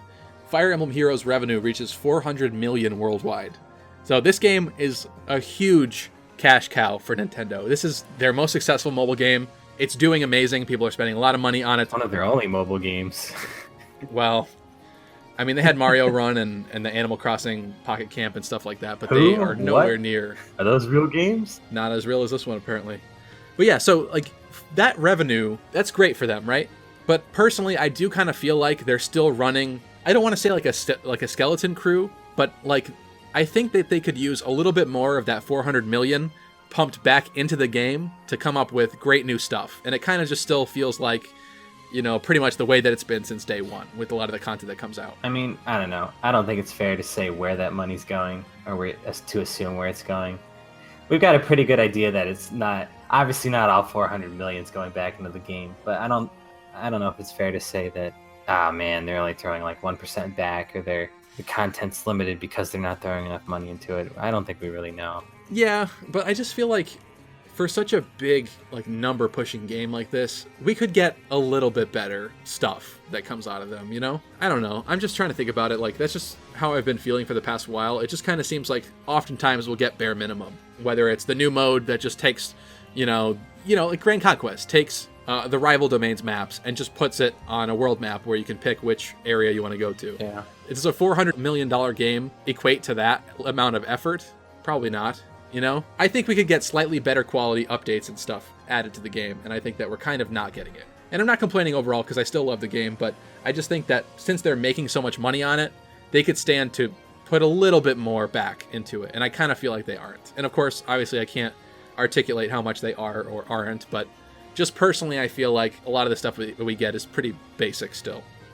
I mean, for me, again, rose-tinted glasses aside, if you look at it from the outside, you go into your Google Play or your Apple Store, it's a free-to-play game from Nintendo, and it's a phone game. There's only so much you can really expect from it. Sure. Like the fact that we've even gotten this much, support and content from it, I think that's amazing. It's the reason it's so highly rated across the board. But at a certain point, regardless of how much money they're actually making behind the scenes, I don't think you can expect this to be like an actual full franchise release like they put on a console or a handheld device, or like a proper, well, I shouldn't say proper gaming device, I guess your phone could be, but you know what I mean, like a traditional game system. I don't think you can compare them. It's not the same. That's fair, but I don't know. I think it might be an unfair comparison. I just feel like there's some things, like, for example, how long did we have a maxed friends list at 20 characters? Can you send any kind of message or anything to a friend in the game? No, still. I don't think I can sit here and justify some very questionable design choices. Again, I could complain about the UI all day, but in terms of just adding, I guess the difference in modifying what's here versus adding more content, I can't really blame them for adding more or less. It's really, I can only criticize what's already here. At least I think that's all I can do. I don't think the rate of new stuff needs to increase, and it shouldn't decrease necessarily. But I think there's just a lot of improvement they can make to the stuff already there. Yeah, and I guess what I'm saying is I just feel like we should have gotten it by now, especially because it's raking in so much money. Yeah. But yeah, I don't know. That's just my hot take on that. Let's talk about Book 2, because Book 2 finally came to an end. It was pretty exciting because they actually released a whole trailer and everything for Book 2. A lot of brand new characters added into the game, original characters for Heroes. And we finally reached the point where we've gotten to the end, and it felt kind of rushed. How'd you feel? There's a story? It's a solid reaction, No, because it's not great. No. I'm joking. Yeah, it was okay. I mean, for me personally, I sort of got what I expected. They went somewhere different from Book 1. Mm-hmm. I liked it more than Book 1, actually, just because it was like a new setting. The characters they used were different, but not a whole lot to say about it. I think the writing was simple. I don't fault it for a lot of these things. The writing was simplistic. the themes of it, you know, in terms of like, oh, the betrayal here, or like certain characters making sacrifices for their loved ones, and the political struggle, at least at a very, very, very, very basic level. They were all there, and they should be there. Pretty standard fare for Fire Emblem. I'm not disappointed in it, but I'm not impressed either. It's just kind of a neutral feeling. I don't take a lot from the story, nor do I really even rate anything about this game based on the story. You know, it's just a nice little add-on. I almost want to just say no comment about it. It's just there. It's nice. It's where I get some orbs sometimes. Yeah? Is that the goal of it? I mean, for me, yeah. Yeah. I'm not going to sit, you know, there's no reason to sit there and knock it. I mean, I don't have a problem with yes. They have to appeal to a wide audience, but I think for us it's just been overall a pretty lame story. You saw the plot twist coming from a mile away, right? Like most people? Which obviously, you know, if you're listening to this segment and you haven't played to the end of Book 2, spoilers of course, but yeah, with the whole Loki shapeshifting as one of the people in your group. I will say I was pretty sick of that plot device being used a lot. Yeah. Pretty much, you know, whenever, aside from the actual big bad, whenever the antagonists or a single antagonist needs to mess with the protagonist in some ways, rather than, like, I don't know, develop the plot further or add a new angle from, like, political intrigue side or the, you know, the struggles of the dudes on the ground. Let's just throw the shape-shifting boob monster in there and rattle everything. Just another, oh, haha, I got you. Clown mask taken off. Now I'm running. I'm done. I'm done with her. Get rid of her. Yeah, oh, so you don't like Loki at all? Well, I mean, she seemed okay for like the first few chapters, but she's just overused. She's not. I don't even see her as a real person. I literally see her as like a plot device. Yeah, I guess that's fair to say that. And like a very lazy plot device. When the fan theory started coming out that somebody in your team, which was what is it, Ilgir, the little boy, Fjorm's brother, was Loki. I was kind of hoping that they would take it in that interesting direction, because to be honest, the plot up to that point was incredibly generic and stale. So at least that would give like a little something juicy in there, even though people saw it from a mile away. Yeah. So overall, I'm glad that they like stuck to their guns and did something to make the plot interesting or turn on its head a little bit.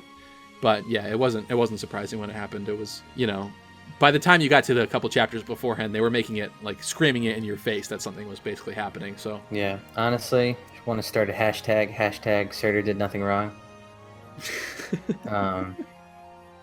Yeah, I don't know. Dude was just trying to do his own thing. Everybody started complaining, got in his way. Dude, he killed Gunthra. I mean, yeah, but I like Gunthra. She's also now a useless character. She has no story, and she's done already. Did anybody else? I mean. Well, at least they get to continue on, and they might have a smidgen of story by the time it's over, okay? She literally got, like, probably, like, 20 lines, and then she died. I mean... How's that feel? I don't know. I like the idea of, like, a giant flaming meatball with an axe rolling around, just conquering the land, doing his thing. It was different. Not for Fire Emblem in general. There's a bunch of, like, crazy madmen conquerors going around. But for this game, you know, it took off a very small amount of the training wheels, the kiddie elements, just a little bit, because he was such a cold-hearted, I mean, comically so, and don't get me wrong, he was a completely, like, one-dimensional character of, like, I want power and I want to kill people. Mm-hmm. But the fact that they let him go as long as he did, I enjoyed. I don't think that the Askrians or the Askarans or whatever they're called, they didn't have a right to stop him. I think he exercised his right to Conquest. Yeah. I mean, it was within their right to stop him, but I don't think they had any justification. Interesting. I mean, we can't really prove that those towns actually burnt down and those people were killed. We were only told that off screen. I'm pretty sure they said they saw it with their own eyes. Maybe they just got sent away to, you know, some other part of the kingdom, like to a farm or something.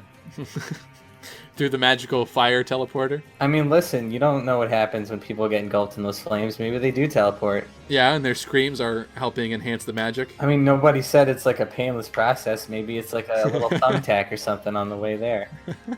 And they're just big babies about it. You never know. Okay, gotcha. Even when it's like ice people that are melting? Listen. the fact that you decided to plant your Ice Kingdom next to the Lava Kingdom seems like a gross oversight. I All right. I don't In terms know of like they did that. in terms of like choosing real estate, you could have made some better life decisions. I think they implied that he just conquered everything up to that point, but I could be wrong. I don't know. Surtur did nothing wrong. All right, let's talk about upcoming skills and upcoming stuff that's been added to the game. And we'll start off with the lighter note because there's a heavier one that I will mention. But it has been revealed through data mining, thanks to all the data miner guys out there like Kaz Kirigiri and those guys. Thanks, guys. Garen is going to be the next Grand Hero battle. Garen being the pretty one-dimensional evil father character from Fire Emblem Fates. And I know you played about 4 chapters probably of Fire Emblem Fates, so you probably know who I'm talking about. I know who, right? Yes, I know who you're talking about. He's literally first chapter of both games. It's just, I don't know how to feel about it yet. Honestly, I'm looking at this list here, and there's some things I didn't even know were things, so you're going to have to fill me in on them. Yeah, so he's going to be another Red Dragon character. A lot of people assume that he was going to be a green axe, based on what he wields in the game. So that is interesting. We're finally getting a Red Dragon character that isn't Tiki. So I'm kind of stoked about that. I like that, and I like fleshing this out. That's one of the things that I think I mentioned in the last episode, and I've been talking about for a while. Like, there are not a lot of Manakete characters in the Fire Emblem franchise. Yeah. So we're going to get to the point where we start getting, like, final boss enemy characters as dragon characters that we could probably recruit. That's going to be cool. Well, okay. It's not that there's not enough Manakete characters. There kind of aren't. There's like 2 max per game. No, there are. It's just, for whatever reason, they're not afraid to throw them in all the other franchise games, but they refuse to put them in here. I'm talking about them cat people. I'm talking about them bunny people. Werewolf dudes. The hawk people. They got plenty of material in terms of the morphers, whatever. I don't even know what they're called or what the general term is. Morphers, morphlings. Transformers, Optimus Prime, one of those things. Like, they have plenty of, and some of them, just by their character design, some of them fit perfectly in the color wheel. I don't think they're gonna be lacking in the Manakete department. They just need to be brave enough to put them in there.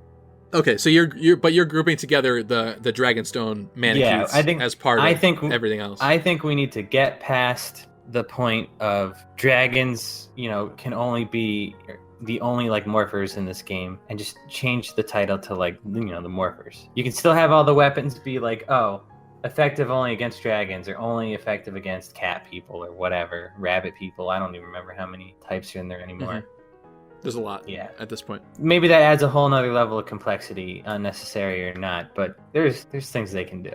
Yeah, absolutely. I'm with you on that. I've been wanting them to add like Toggle or Lagoose characters for a long time now. I still don't know why they haven't done it. Maybe they're waiting for like a new app version, maybe like 3.0 or something like that, to do something like that. Honestly, I would like to see them as a separate entity when it comes to the classes. I wouldn't really want to like put them with the Dragon Manaketes personally. I don't know how they would do it, if they would have to be colorless at first or whatnot, but it would be cool to see them. I would like that. I mean, at this point, if we're adding colored daggers and bows, like, what's to stop them? Yeah, that's what I don't get. Like to me, if you change the dragon class to just be like the general beast morph class, and then you have all the red morphs, the blues, and the greens, that to me would make more sense all of a sudden than adding in red, blue, and green daggers and archers who were all colorless. Or at least that's what we assumed the class type was. Right. Like, there were no colors associated with it. Yep. It's a weird move, weird choice. But yeah, overall, so then to clarify then, there's not a lot of dragon people in the Fire Emblem series, and a lot of them, because dragons tend to be the final bosses, most of them are the bad guys. So whoa, racist, dude. They're not all bad. Hashtag Dragon Lives Matter. Yeah. Whoa, dude.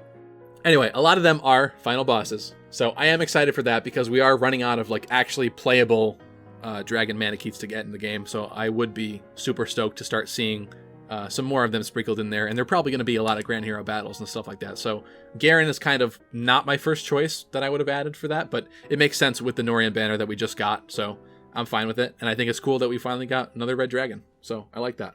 I'm just going to have to play it. No opinion. I don't really know what he's capable of because I haven't gotten there yet. And I clearly haven't looked at the data mine because I didn't do my homework. So we're gonna find out. Yeah. I got nothing. Also, thanks to the data mine, we found out that Levitain, Legiarn, and Helbindi, the three Muspel enemy generals, are actually being added to the... Is that how you say those? That's my pronunciation, my assumed pronunciation. Okay. Since it's Norse, the J in Legjarn should be a Y, so my assumption is it's Legiarn. I don't know, I could be wrong, but that's my initial thought on the names. But yeah, those guys are being added to the actual hero catalog, which means that they're probably going to be recruitable. And it definitely seems that way because of the way that the Book 2 story ended and left off. So there's also an upcoming slot for a new banner in a couple weeks, I believe. So a lot of fans are speculating that that's probably going to be an enemy general banner consisting of Levitain, Legiarn, and Helbindi. And we've actually found them in the data mine, and they have some interesting skills that a lot of people are getting very, very torn about. So I wanted to make sure that we discuss this today. So I'm going to read one of these here because I didn't remember it off the top of my head. But it looks like Helbindi is going to have a skill that grants HP plus 5, and if the unit is 5 stars and level 40, and the unit stats total less than 170, treats unit stats as 170 in modes like Arena. So just like we were talking about with the whole base stat total, certain units needing some power creep, this is going to be a way to do that. And personally, this could be the perfect solution for that, like what we were saying, but I'm not sure yet. So the rest of the description reads, higher scoring opponents will appear. Stat total calculation excludes any values added by merges and skills. So it's not a perfect solution, but basically there is a straight up power creep, and this is an A skill, by the way. So a brand new power creeped A skill that you can give to someone that will instantly treat their base stat total as 170 for arena purposes. So, and I mean, maybe you don't have all the information because it's just a limited data mine. So you're saying that with that skill, their BST is assumed 170, but do they actually get the stats associated with that? Or is it literally just taking the character as they are stat-wise and throwing them in as if they were 170 in there? That's a good question. Because to me, that sounds kind of like you're playing a hard mode character, right? You're basically throwing some chump who's at like 140 something BST against a bunch of 170s. He's going to get steamrolled. Why would you do that to yourself? Well, maybe it could be good if you wanted to add like a Dagger Dancer to your team, but couldn't before due to the the points. You weren't getting enough points. I guess that makes sense for that specific situation, but for the rest of it, like what's Helbindi? Like, he's an axe guy, right? Yes, he is. Yeah, last I checked, axes generally don't suffer from, BST sickness. Not really. I don't know what my highest infantry axe is for base stat total. Maybe not, as high I as mean, some armored others, axes, yeah. Armored Armored axes. As high axes as some other ones, but I don't know. Oh, and this skill, by the way, is specifically for infantry, so they're going to be probably class restricted too, some of these different skills. But there's a commenter here that actually made a solid comment that I wanted to mention, which is basically, why wouldn't they just fix arena scoring instead of forcing you to equip a brand new, A-slot skill to fix their broken system, basically? Which is fair, and I think that's where a lot of this outrage is kind of coming from, because it's like, okay, well, here's a skill that fixes the issues of the game, but they could have just went behind the scenes and just rebalanced it a little bit better. Why do you need this? Mm-hmm. So I think a lot of people are getting upset and disappointed with this and just accepting that arena might be beyond repair and, not in a good way, and it doesn't seem like they're going to be doing the proper things to fix it anytime soon. I do think that this skill is positive in the sense that if it allows obscure units that people aren't using right now to be seen more often in arena and get some actual use, that's great. I'm always for that. But yeah, I do agree, and I think that they could have went a much better route in fixing the arena issues, for sure. Now we're going to address some questions right quick. The first one is from... So Ryan, aka Keyblade Master 333, he's been a longtime patron of the channel. Thank you, man. He asks, what playable units and heroes do you wish were better units than they currently are? And that is a great question. So really just who needs some weapon refines, because it seems like that's the only way that they can kind of... A little bit, change existing units, right? Yeah, I'm not going to say a whole class of characters. We did talk earlier about, how I feel like the ninja characters could use a bit of work, any classes that aren't used, healers as well. But to pick a specific unit, let's see. I wish Saizo was a little bit better. I'm going to pick that for now, because He could use a I little know. something. His attack stat's pretty lame. You kind of need like a plus attack Saizo if you want to do stuff. Otherwise, you're going like what, double Savage Blow or something like that just to do the chip damage. Yeah, he could use like some kind of a special custom dagger or something like that. That's who I'm gonna say. I'm not entirely certain what they should give him. Maybe a dagger that has a attack +3 built into it just to give him a little bit more offensive power. But yeah, I wish he was better. I love his sprite. He looks cool. I've been tempted to 5-star him. I just know that I'm probably not going to use him if I do currently. It's kind of hard too because some characters, if they don't get a weapon refined, they just get an all new version of themselves, right? Like we're on our third Ike. Yeah. Some people get brave reincarnation. Some people just straight up get put in arbitrary positions, like you go from Nino to Flying Nino. Yeah. Erica suddenly has a random red book that she magically acquired from somewhere on a horse. Yep.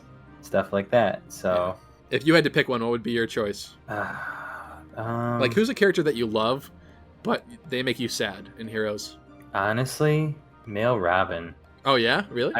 I think when he first came out, the utility that he provided from everybody, like he was one of the only Raven tomes that you could like acquire. Yep. And he was back then. I think was he exclusively gold or maybe he was a 5 and a 4. Now he's like a 3 and a 4, right? I feel like he might have always been a 3 after the beginning. Yeah, he was a 3. He was a 3 very quickly after the original banner or whatever. Yeah, I get. I realize he's like a blue mage and he's not supposed to have like a high BST or anything, but he's just so underwhelming now for this character that's supposed to have some like great utility. And I realize they gave him a Christmas tree and turned him into an armor unit, but I want to go back to just like the original character. Yep. You know, give that book an upgrade or like, I don't know. Mm-hmm. His stats are just a little too low to do what the Raven Tome originally was set out to do. Yep. Actually, on the tier list I'm looking at right now, he's listed as the only blue mage that is in the B+ tier, and the only blue mage characters that are beneath him in this particular tier list, if it's to be, followed and believed, May, La Rochelle, Ursula, and Sias are the only blue mages that are beneath him. Everyone else is above him in some capacity. So yeah, And I understand he's just outdated, but maybe that's the reason he needs some love. Yep. Because he was one of the OGs and he's just fallen to the wayside. Yep, absolutely. All right, next question. The Deal Sealer asks, what do you think of something like the old school capture system maybe returning for Fire Emblem Switch? Also, join Glade Clan and vote Glade, my guy. This is a Glade fan who a lot of people were trying to vote into Heroes from Choose Your Legends. He got some votes, but I don't think he did that well. Someday we'll see it. But yeah, the old school capture mechanic in Switch, I think that's kind of cool. They kind of had the capture mechanic in Fates to a degree. I didn't use it very much, so I can't say too much on it.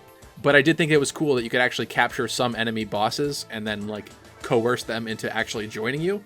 That was pretty cool. I like that. So I'm all for that. Maybe if we're lucky, we see it in 3 houses. Right? Yeah, maybe there's a cool enemy character, and instead of like talking to them on the battlefield, which doesn't make that much sense. Pretty much we've already assumed now that it's going to be Game of Thrones the anime. So right. if we assume, like in Game of Thrones, there's a lot of people that get, kidnapped or captured, and then they get brought to the other side through, talking or enhanced interrogation techniques, whatever you want to call it, mm-hmm. torture, whatever. They, you can convert them that way. Maybe it happens. Yeah, so I think we're for it. Sounds good. I'd be interested in that. I like those little mechanics like that differentiate the games and add like just an extra little layer into it. Because I think it's been kind of sad without stuff like rescue and things like that. We've felt a little bit limited in the past while, I think, mechanically wise, when it comes to certain things. So it was cool to see it in Fates. I wouldn't mind seeing it again.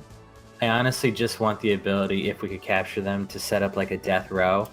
And then anytime, no, seriously, every time you see a unit with like killing edge or like, some unit that the devs put in there with like a 40% crit chance and like with pass just to screw you over. They're like, we put him here for a reason. Put that guy on death row, capture him, jail him. No due process. Give him the axe. Gotcha. You'd have a lot of fun with that system, I could already tell. Oh, yeah. All right, Caleb from the server asks, just a question for future podcasts. What other holiday would you like to see in Heroes? And he's got other questions too, but let's start with that one. So I guess for like a holiday exclusive banner that we don't already have. What do you think, Kim? They do a pretty good job, but... Yeah. Well, I guess the question is, do we have to assume it's sort of a culturally universally accepted sort of holiday? Like, are we talking a Western holiday? Is it a holiday specific to Japan? Yeah, I see where you're going with this. I don't know. Like, how do you... We do have the New Year's characters, and that's do you make it up, I guess? Do you make up a holiday? Yeah, I guess if you have a particular one in mind, you could throw it in and add it. It'd be interesting. Because, yeah, the more I think about it, they do pretty much cover everything. They got, the New Year's stuff, spring, summer. For fall, there's basically the Halloween banner, and then we have the Christmas banner. So, we got most of the basics. And then we get, like, some, odd events here and out, like in Golden Week, for example, over in Japan. We get some kind of, it's really just like a reward. It's like just some nod that, oh, yeah, Golden Week's going on over in Japan. Yes. It has no real relevance to us over here, but, Yeah. The fan base across the board gets it. So I guess it's like, how do you implement that? Yeah. If it doesn't culturally make sense to you? Well, I think, for this example, if there's one that you like, why not? And I'm just thinking, like, if we were to implement 4th of July, for example. Oh, that'd be awesome. That's a good one. That would make no sense, though, to the rest of the world. It wouldn't? Not really. Like, they would know what it is, but it wouldn't really do it for him, It wouldn't, but oh my god, would I love to see, like, Crom in, like, a American flag. An American flag cape. Yeah, something like that. Maybe he's got, like, a grill for a weapon with, like, sausages on the grill or something. Somebody with fireworks as a magical spell book. Oh, that'd be sick. That's really cool, actually. I like that. But something like that. But again, it's kind of hard because. Yeah, I guess discounting whether or not it makes sense for the entire world to get the event. And that's the thing too. Like they say, oh, this is the spring event, as opposed to like this is the Easter event. Right. And some of the characters are Easter themed, or like, this is the summer or the fall event, rather than like, this is a specific festival in Japan, or like I don't know what you would call it, the solstice elsewhere. Like they're pretty good about keeping it, universally understood. I thought of a really awful one, but I don't know if I want to share that one. Go for it. You can always edit it out later. A Black Friday banner. Oh, ooh. They would have like, I don't know, really awful stuff, like a baseball bat or something to push other people out of the way so they could get. I didn't say it made a lot of sense. All right, let me think of a real one. Yeah, I don't know. There's not really. Sometimes I've been thinking St. Paddy's Day could be fun, a St. Paddy's Day banner, but I don't know if I want to see like Noe or like Lissa dressed up as a leprechaun. I would probably prefer not to see that, so maybe not that one either. I don't know. I think they got the holidays pretty down pat, honestly. I know there are cool holidays they have in other countries that might be interesting. Actually, how about what might be cool, now that I say that, is like a Mardi Gras banner. I wouldn't mind seeing characters in like interesting costumes that are different than Halloween, obviously. Maybe with like some masks, a little bit of masquerade happening. That could be cool. I'd be kind of down for that. Maybe, I mean, it's already passed, but maybe something like, it would obviously be out of season 2, but something like an Olympic or a sports banner, like the World Cup. That'd be cool too. That's a good idea. Like, yeah, the World Cup's over now. Not that I'm dating this podcast any further. And Japan doesn't get the Olympics until 2020, but, something like that. Yeah, that sounds good. I mean, I could see like Ryoma as a runner or something like that. Somebody's got like shot put or pole vault. That's interesting. Yeah, I like that. You got like Robin as a referee, and I don't know. Marth could be like a pole vaulter. Yeah, you got to think of a female character now. Fan servicey really quick. What are the females doing? Oh, how about Who hasn't shown up in a while? Because it's the same few. Someone else could use an alt that only has one version so far. What's a fan favorite female that we've only gotten one of? Oh, let's just make it Charlotte, because she's never going to get her real base character. We'll make her like a tennis player. Okay. A gold digging tennis player. Okay. Yeah. Interesting. Okay, I like that. And then the tennis should be a green axe, right? Tennis racket. Yeah. Yeah, there you go. Yeah, I like that a lot. Let's do one final question. This is another part of Caleb's. I'll save the rest for a future installment. But what story improvements would you do? So, what would you change about the Fire Emblem Heroes story to make it better? We'll start with you. Oh man. Well, and this is not to put down the existing story in any way, but we gotta step away from everything that's already happened now, and I guess now they can, since they've pretty much just ended the book too. Mm-hmm. I mean, okay, seriously, to be honest, even though I read through, I didn't quite 100% understand the resolution in book 2 towards the end, in terms of all these characters meeting each other. I'm trying not to spoil it, but at the same time, does anybody really care? If they listen this far, they probably passed their spoiler warning, but yeah. Yeah, I don't know. But has Asker been invaded yet? Properly? Not really. I know in book 1, I get this vague sense that they're yeah, we gotta fight the... What are they called? The other guy? Amblians? The Amblian Empire? Those guys, yeah. The other faction. All right, maybe we're going to change the lore here to make the two sides more compelling, because you can't even remember the enemy team's name. Yeah, maybe start there. They need to... There needs to be some world building, I think. Okay. That's fine. I understand why they left it as generic as they did, because they're trying to cram a full-fledged Fire Emblem story into just a few chapters of a book, or what they deem chapters are in a book. But really, I think it's time that Asker gets invaded, a bunch of stuff burns down, and they got to defend the home turf.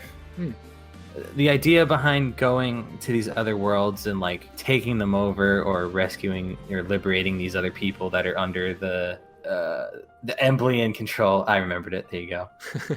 They're always on offense, right? But I think in any story, any Fire Emblem story, there's got to be some times when you're put on the defense. So Asker gets attacked, sure, by the Emblians or some other arbitrary faction that they whisk out of another fire and ice portal, and it's kind of hard, because it's how do you make realistically, the only way I see it getting better for me personally is if they mature the story a little bit, and I know that's going to be hard to do. Because it's supposed to be somewhat simplified, even more so than the other games. Yeah, I don't really know what they can do. I mean, that's not a bad start. So some lore revamps. Yeah.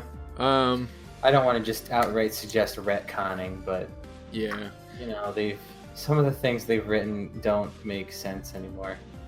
I think if I had the ability to retcon it, I would change the whole Bruno thing, and I would have just removed that entirely. That was... Yeah. I like the character. I don't like that it was so obvious that it was their long-lost friend the entire time. I don't like that at all. Yeah. I'd probably put some interesting dynamics in there, maybe finding out that Veronica is actually a bastard sibling to the Askerians that was thrown away. I was just thinking that maybe they're related in some way by family. So some good...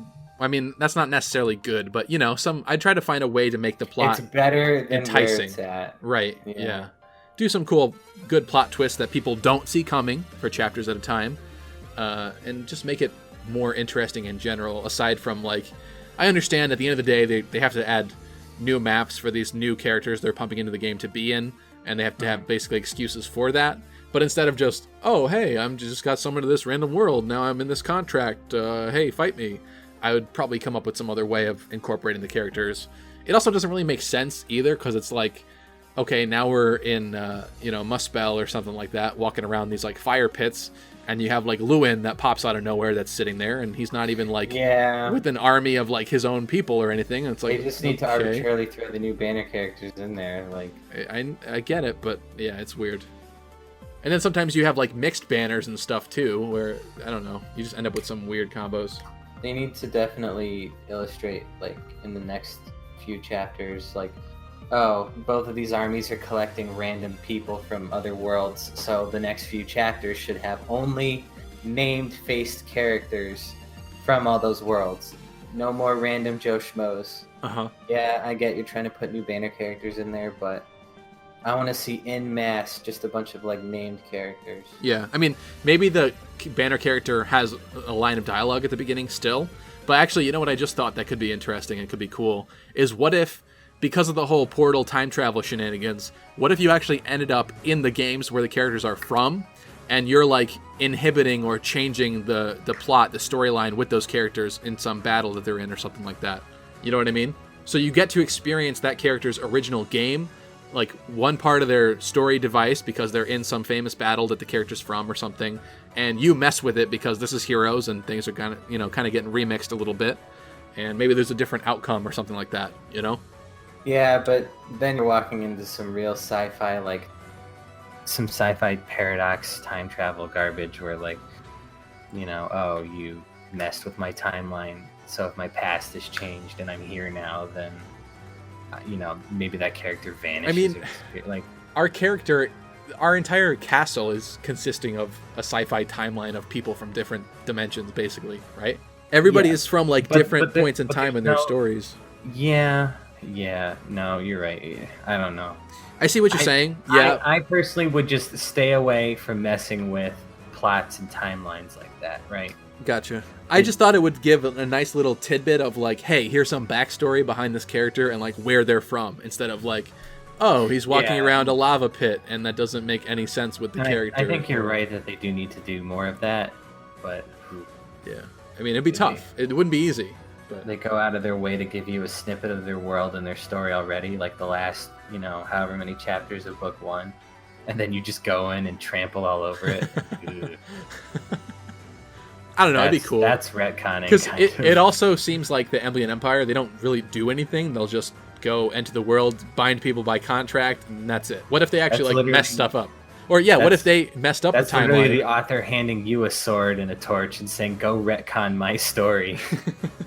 Well, what if the Emblian Empire went to these places first and messed up the timeline, and things were messed up now because so and so died and they weren't supposed to die, and you got to fix it somehow. They sort of already did that, except for the whole dying and drastic change part. They went in there and enslaved them, right? Well, yeah, but it's pretty much just that. I don't know. I'm not here to just shoot down your stuff or anything. I'm trying to rationalize it. I got you. I think that'll just about do it for questions. But yeah, I do agree, and I think that they could have went a much better route in fixing the arena issues for sure. The next thing that I wanted to talk about, actually, to leave the Fire Emblem Heroes topic for a moment, is Fire Emblem Three Houses, the brand new Fire Emblem Switch title that was just recently announced a couple months ago. It's coming out in spring 2019, barring any delays, and we've got our first trailer for it. So what are your thoughts on that, Cameron? Because I haven't really talk to you too much about that. Yeah, so it's tricky because generally when I see a game like this that I'm excited for, I really try to limit myself in terms of how much I see of it. I want to go into it really fresh.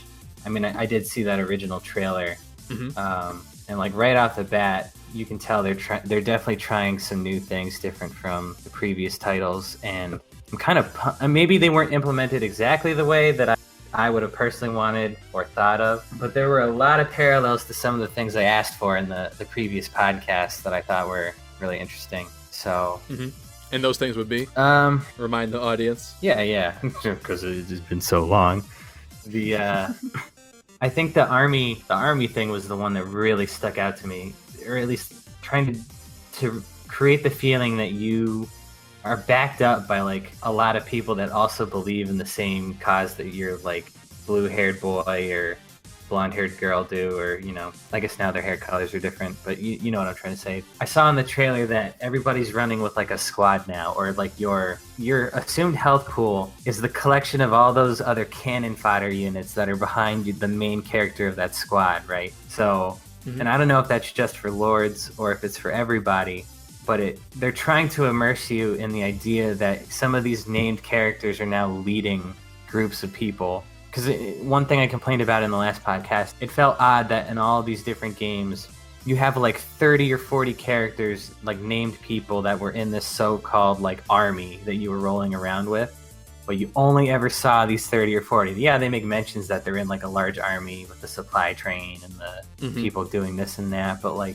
you never really got a sense of it. It was just these 30 or 40 people. In some cases, you felt like you were just living in a tiny moving frat house on wheels. And so, yeah, I think with this, you get a little bit of a larger sense of scale. I do like that concept too. The thing that I'm afraid about is that what you're mostly seeing when you enter the battle screens is just a lot of generic dudes in the background fighting. Well, and so that's where I get into the fact that I don't know if I agree with how it was implemented 100%. It seems like there's a lot of just copy pasted cannon fodder units to kind of fill in the ranks. They all have the same animations. It seemed like maybe, I mean, you know, I guess it's still a work in progress, so we don't really know. Yeah, but absolutely. if I took a bit of a cynical perspective, I'd have to imagine it's not going to change much from that. Yeah, most likely. And I hope that the graphics get improved too, because they didn't look bad, but from what I was expecting for next gen console game for the Switch, I was hoping it'd be like significantly better than Path of Radiance, and it just maybe it's because it's cell shaded. It just doesn't look that amazing. But honestly, stuff like Hyrule Warriors and Super Mario Odyssey, they look great. So I'd love to see like a great looking Fire Emblem game. Yeah. And I mean, going back to the squads, I don't think they need to necessarily, you know, put out a ton of art for like each individual squad member needing to look unique or different, you know, different animations or anything. But just add some small amount of variety. Like maybe have, I don't know, out of a squad of 30 guys, maybe even make like 3 or 4 sprites that are different, and then kind of just randomly assign each character one of those sprites. Yep. Or like one unit in the squad of that sprite. It would do wonders for it. Absolutely, and maybe slightly different animations for each one too. Yeah, even just like slight adjustments, like maybe some people are left-handed, or like they slightly different, I don't know, color blue of their helmet or something. Just little things. I totally little agree. things matter. Yep. How do you feel about this whole kind of Game of Thrones almost approach that they have with it, with the 3 houses? Yeah, so that was the other big thing that I touched upon, or at least it's what I see so far. Obviously, I don't really know, I guess, but it seems like they're maybe trying to improve the way that they present political intrigue, because usually the way it works in Fire Emblem is there's like generally 2 large factions bickering with each other, and they tend to drag a lot of these other like smaller or larger factions into the war, you know, through alliances or, you know, just through happenstance. It seems like sometimes, you know, you spit on another lord's shoes and all of a sudden they're like, oh man, gotta join the fight. But it seems like there's a bunch of different political players that this time that actually have like skin in the game, or maybe you'll see some kind of reasoning or justification as to why these different powers are, you know, in it. It's hard for me to describe. I just feel like you get a sense that some of these nations actually matter now. Like they have banners, they have colors, they have characters that represent them that are more pronounced than in the previous games. Because sure, there were characters that flew under different banners, different countries, but they would just say like, hi, I'm, you know, character X from this country, and I'm joining you because we're allies or because reasons. And then that's it. That's all you really get out of it.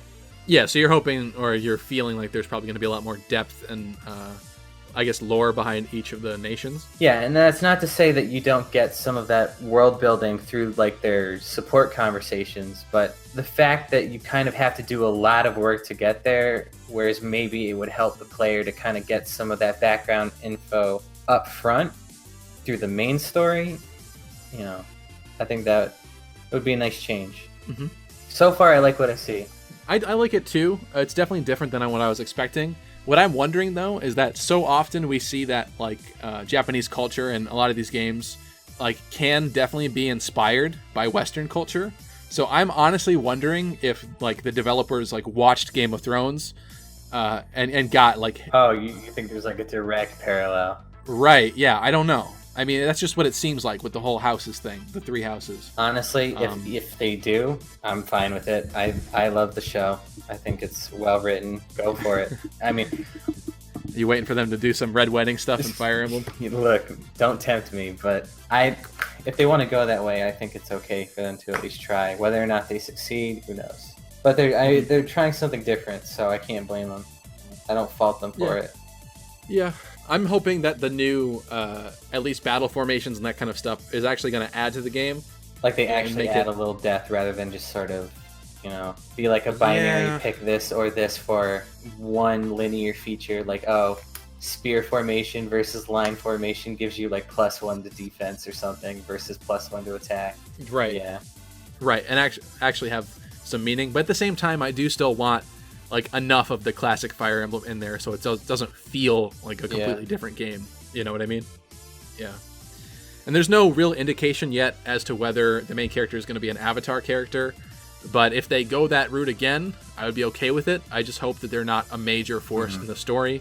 And it does seem so far from what I've seen in the trailer and the materials, the text that they've released online and stuff, it does seem like that character is going to be like more of a teacher character to the 3 other lords. So I'm really hoping that the game doesn't revolve around this character, especially if they're a player character. That's my hope.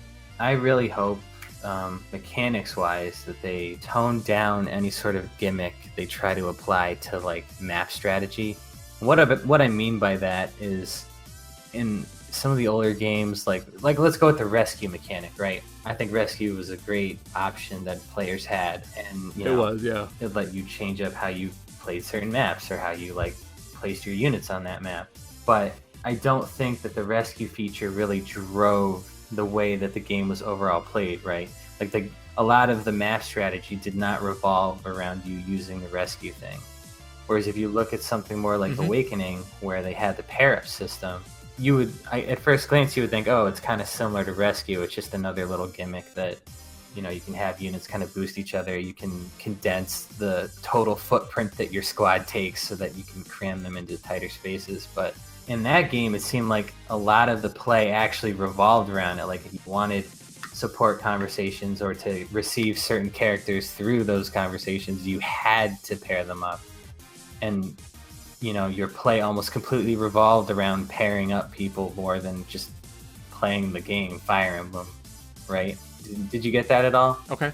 Or at least it seemed like there was too much focus placed on that rather than just the pure and simple core mechanics. I see what you're saying. Does that make sense? I mean, there were still times where I think it was more valuable to have more units on the field, and so pairing up wasn't really the best option. So I liked that. I liked that they didn't invalidate like being alone. But yeah, they definitely shilled that new mechanic pretty hard. And I didn't hate it, but well, no, I didn't either, but I think in some ways there were some things about it, like for some people they would say it just outright broke the game. In some cases it was just another gimmick that distracted you, and some people really liked it. But I think the fact that there was so much focus placed on it took away from just the core mechanics, even if only a little bit. And I'm worried that because we're seeing such a drastic or at least I feel like we're seeing a drastic change with 3 houses, like adding squads or formations, if some of these changes really do have an effect, are they going to be so gimmicky that we lose sight of like what the original game was supposed to be? Yeah, I gotcha. I hope it's good, and I hope that there's at least some sort of online features or something, because PvP is not the biggest thing in Fire Emblem, but I think it's a shame to have a portable console like the Switch and not have like anything like that. So that's another hope of mine. But I also did make that top 10 hopes and desires video, so a lot of that stuff we still haven't found out yet whether or not it's going to be true, but I'm still obviously hoping for all of that stuff. So it remains to be seen, and I hope it's good. So the final actual topic that I wanted to discuss today is actually Chrom being in Smash, but you were telling me beforehand you didn't actually know that was a thing at all. No, I don't care about Smash at all.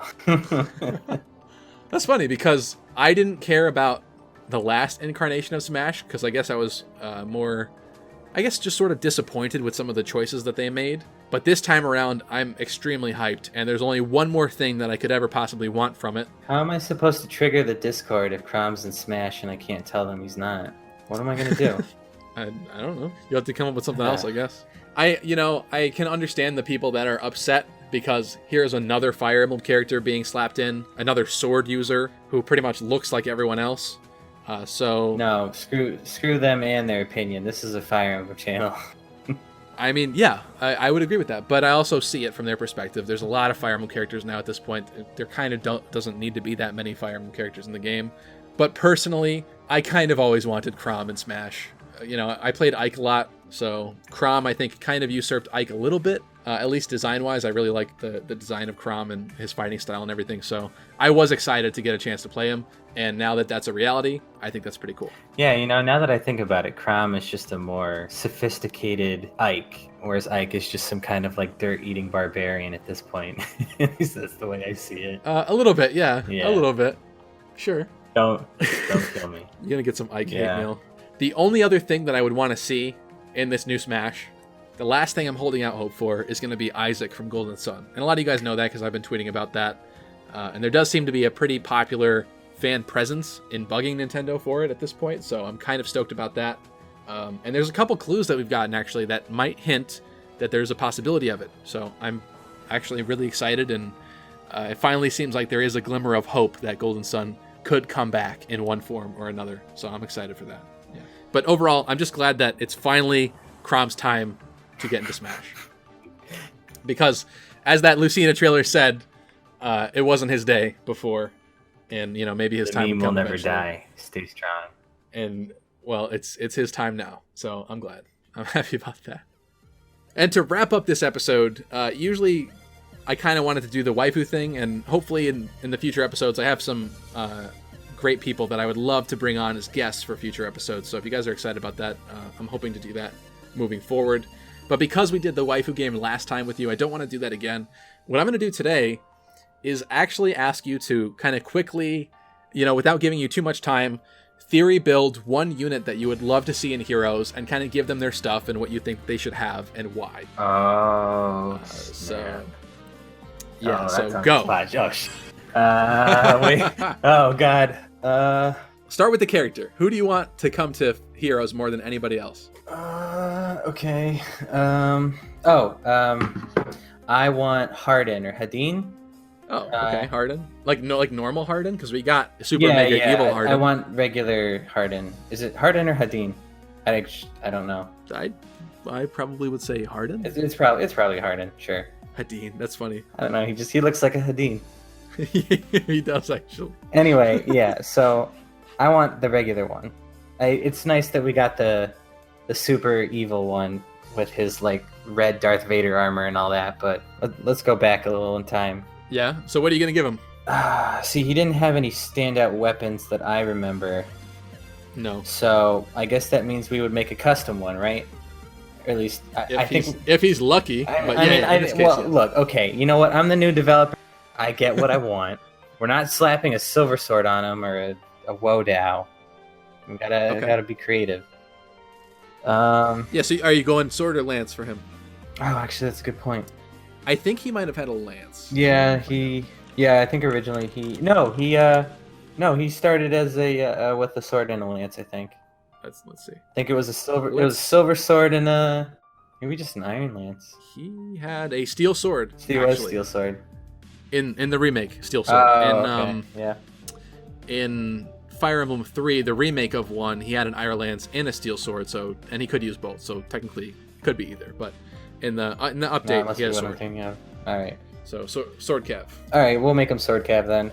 What would you like to see on him? Like, are there certain skills that we haven't gotten on cavalry units that you'd like?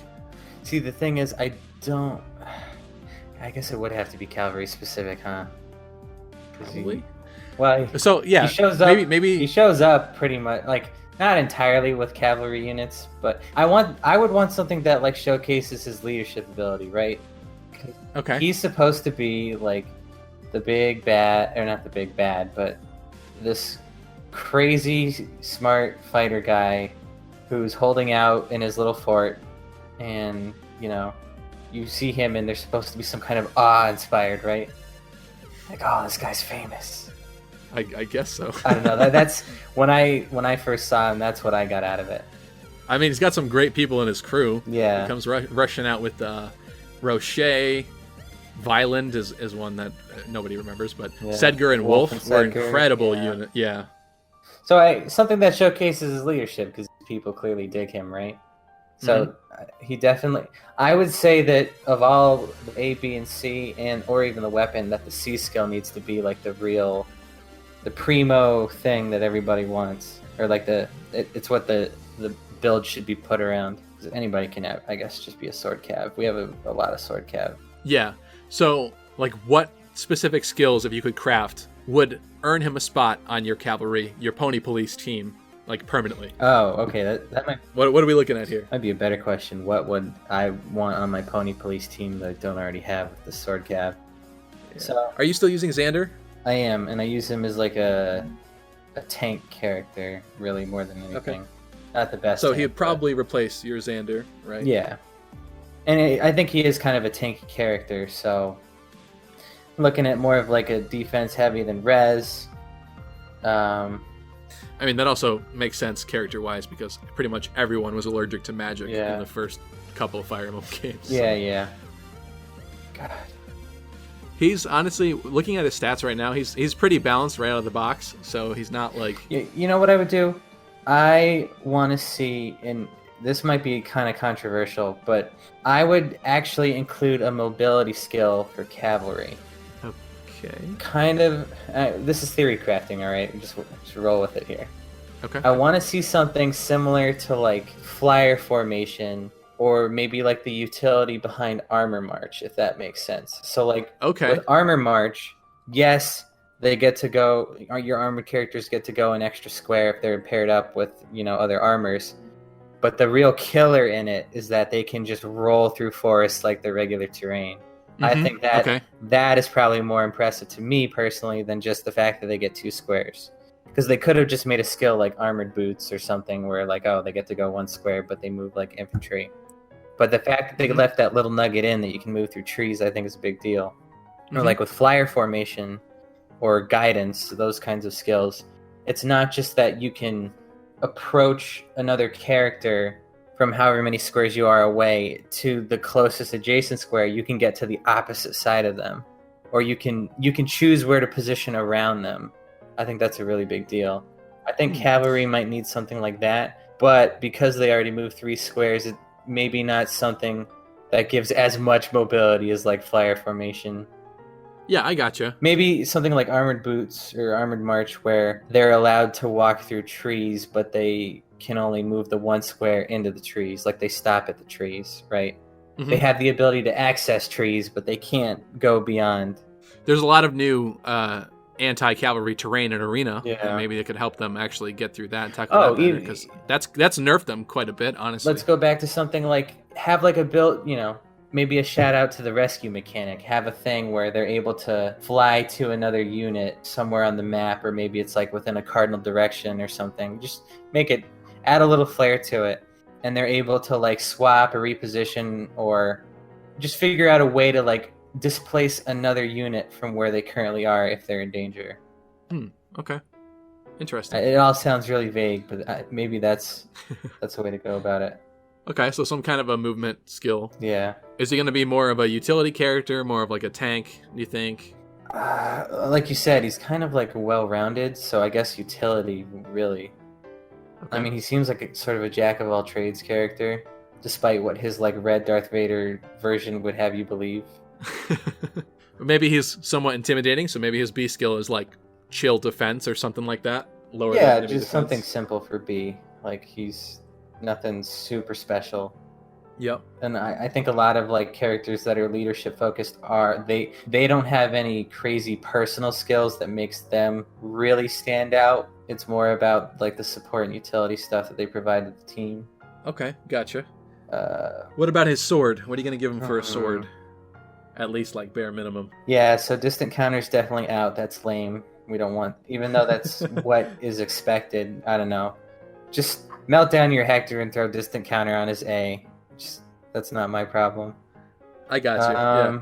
I don't want to just say, oh, take one of the already existing ones and slap it on the sword, but maybe that's what you do. I guess Falchion already took the Spectrum Rally, which I'm kind of a fan of. I wouldn't give him... Oh, see, that would be cool. Yeah, if it was a utility character with some kind of a special horse movement skill, and then also a horse buff built into his sword, that's kind of cool. Yeah.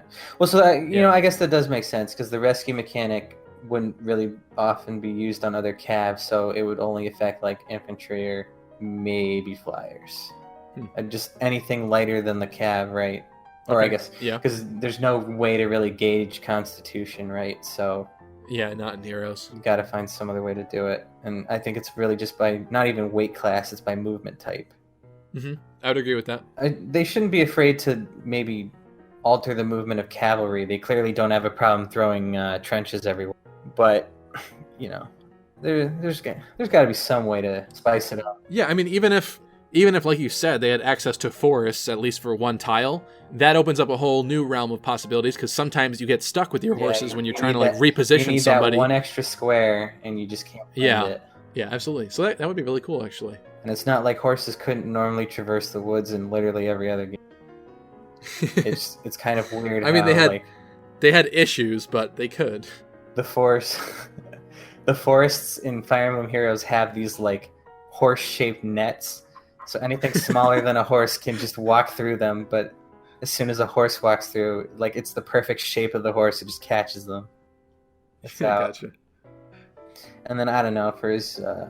Well, if he's allowed, I mean, at this point you've already given him a bunch of stuff. If he's allowed a special or another utility skill like swap or something.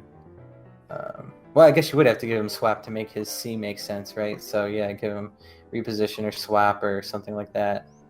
Because I'm not really into power creeping into like future vision territory or anything like that.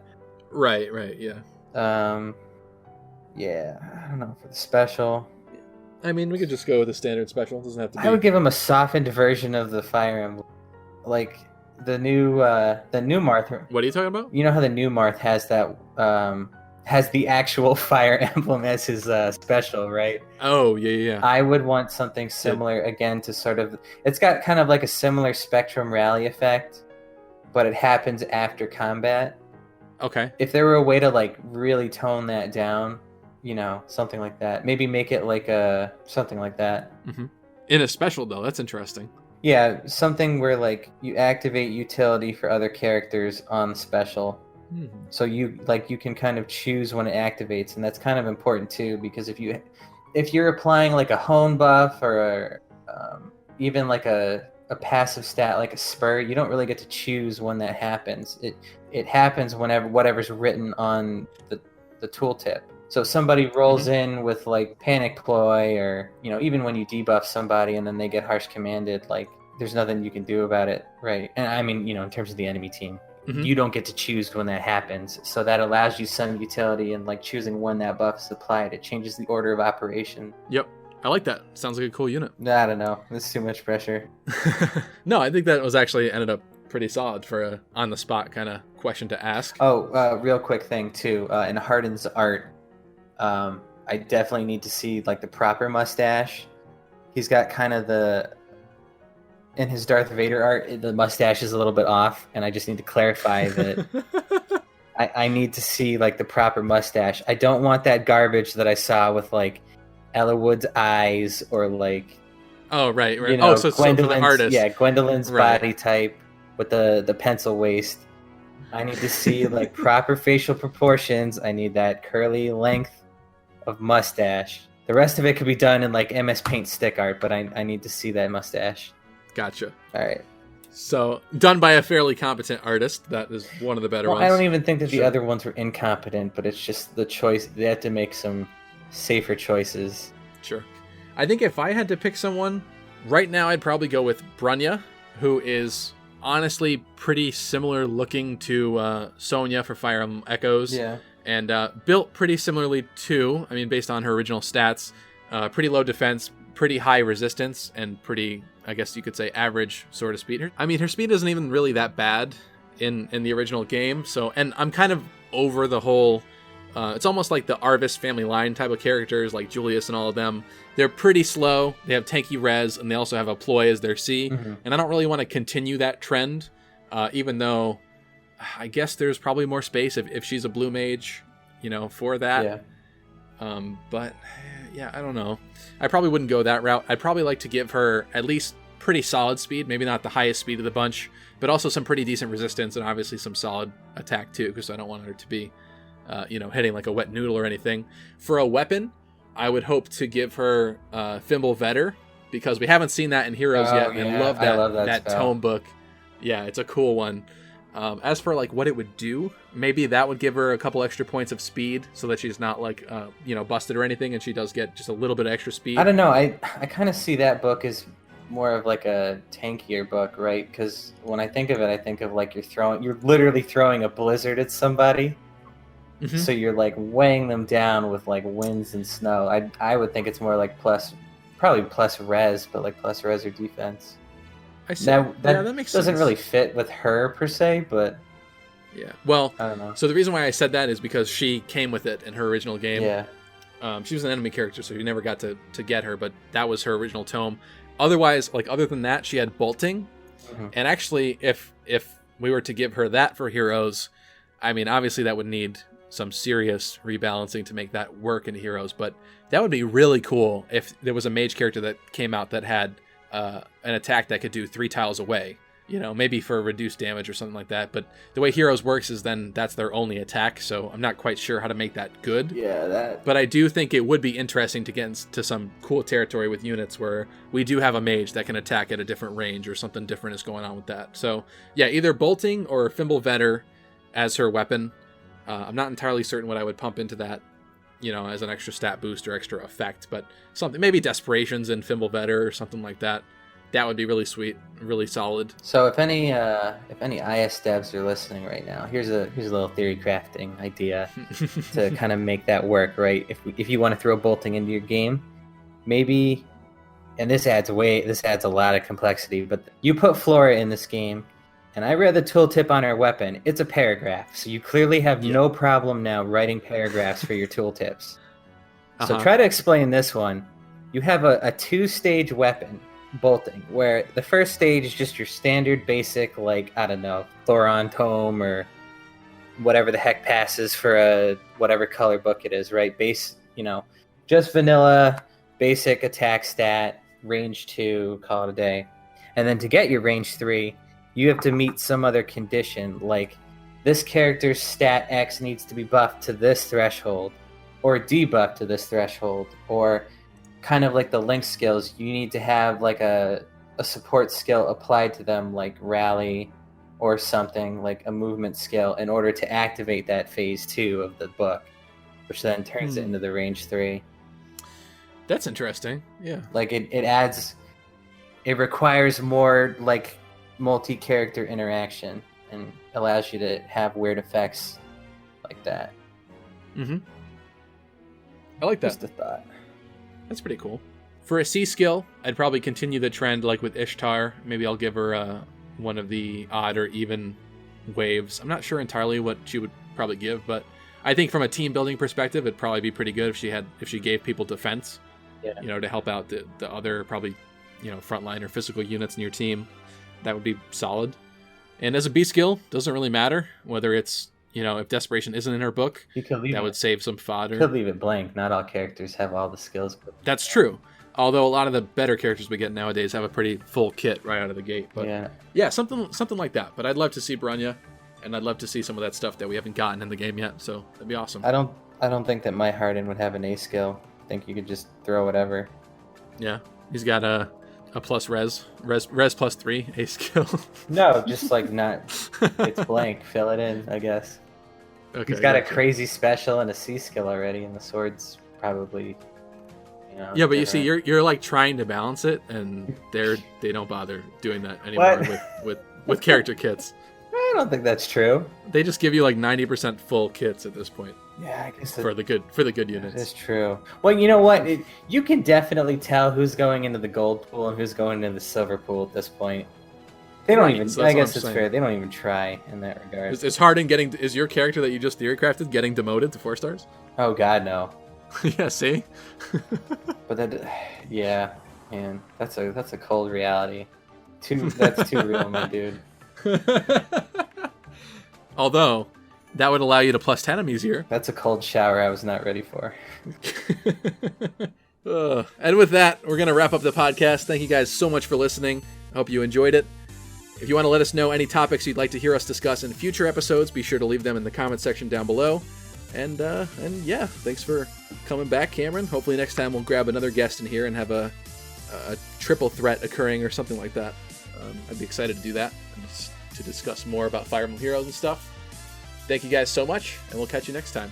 Peace.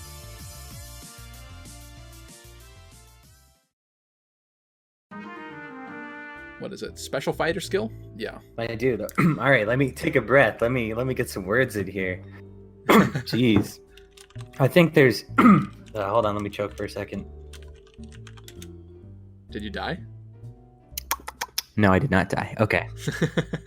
So, let me articulate for a second here before I just spout random nonsense. Yeah, really quick. So, if we pause here, can you hear the numpties outside? I heard something a little bit ago, but not right now. Okay, there's some people outside that are just I'm on the 6th floor, by the way, so I don't know how the hell their voices are carrying, but maybe they're like above me or something. Also, we gotta stop saying, "Oh, and now to segue." All the segues are gone. I'm gonna slash all their tires. There's no more segues. Okay, whatever. It's driving me nuts. Okay. I am Segues are really for mall surprised. cops. What, like Paul Blart? Yeah. Whatever. I just am wanna keep honestly interrupting pleasantly you now. surprised. Yeah, you've such... Sorry, You're go my ahead. Just coworker keep now. going. Oh No, my no, God. it's fine. No, I'm really please- happy please that- continue. I'm gonna delete you. I'm gonna write your name in my death note. Wow, get that weeb trash out of here.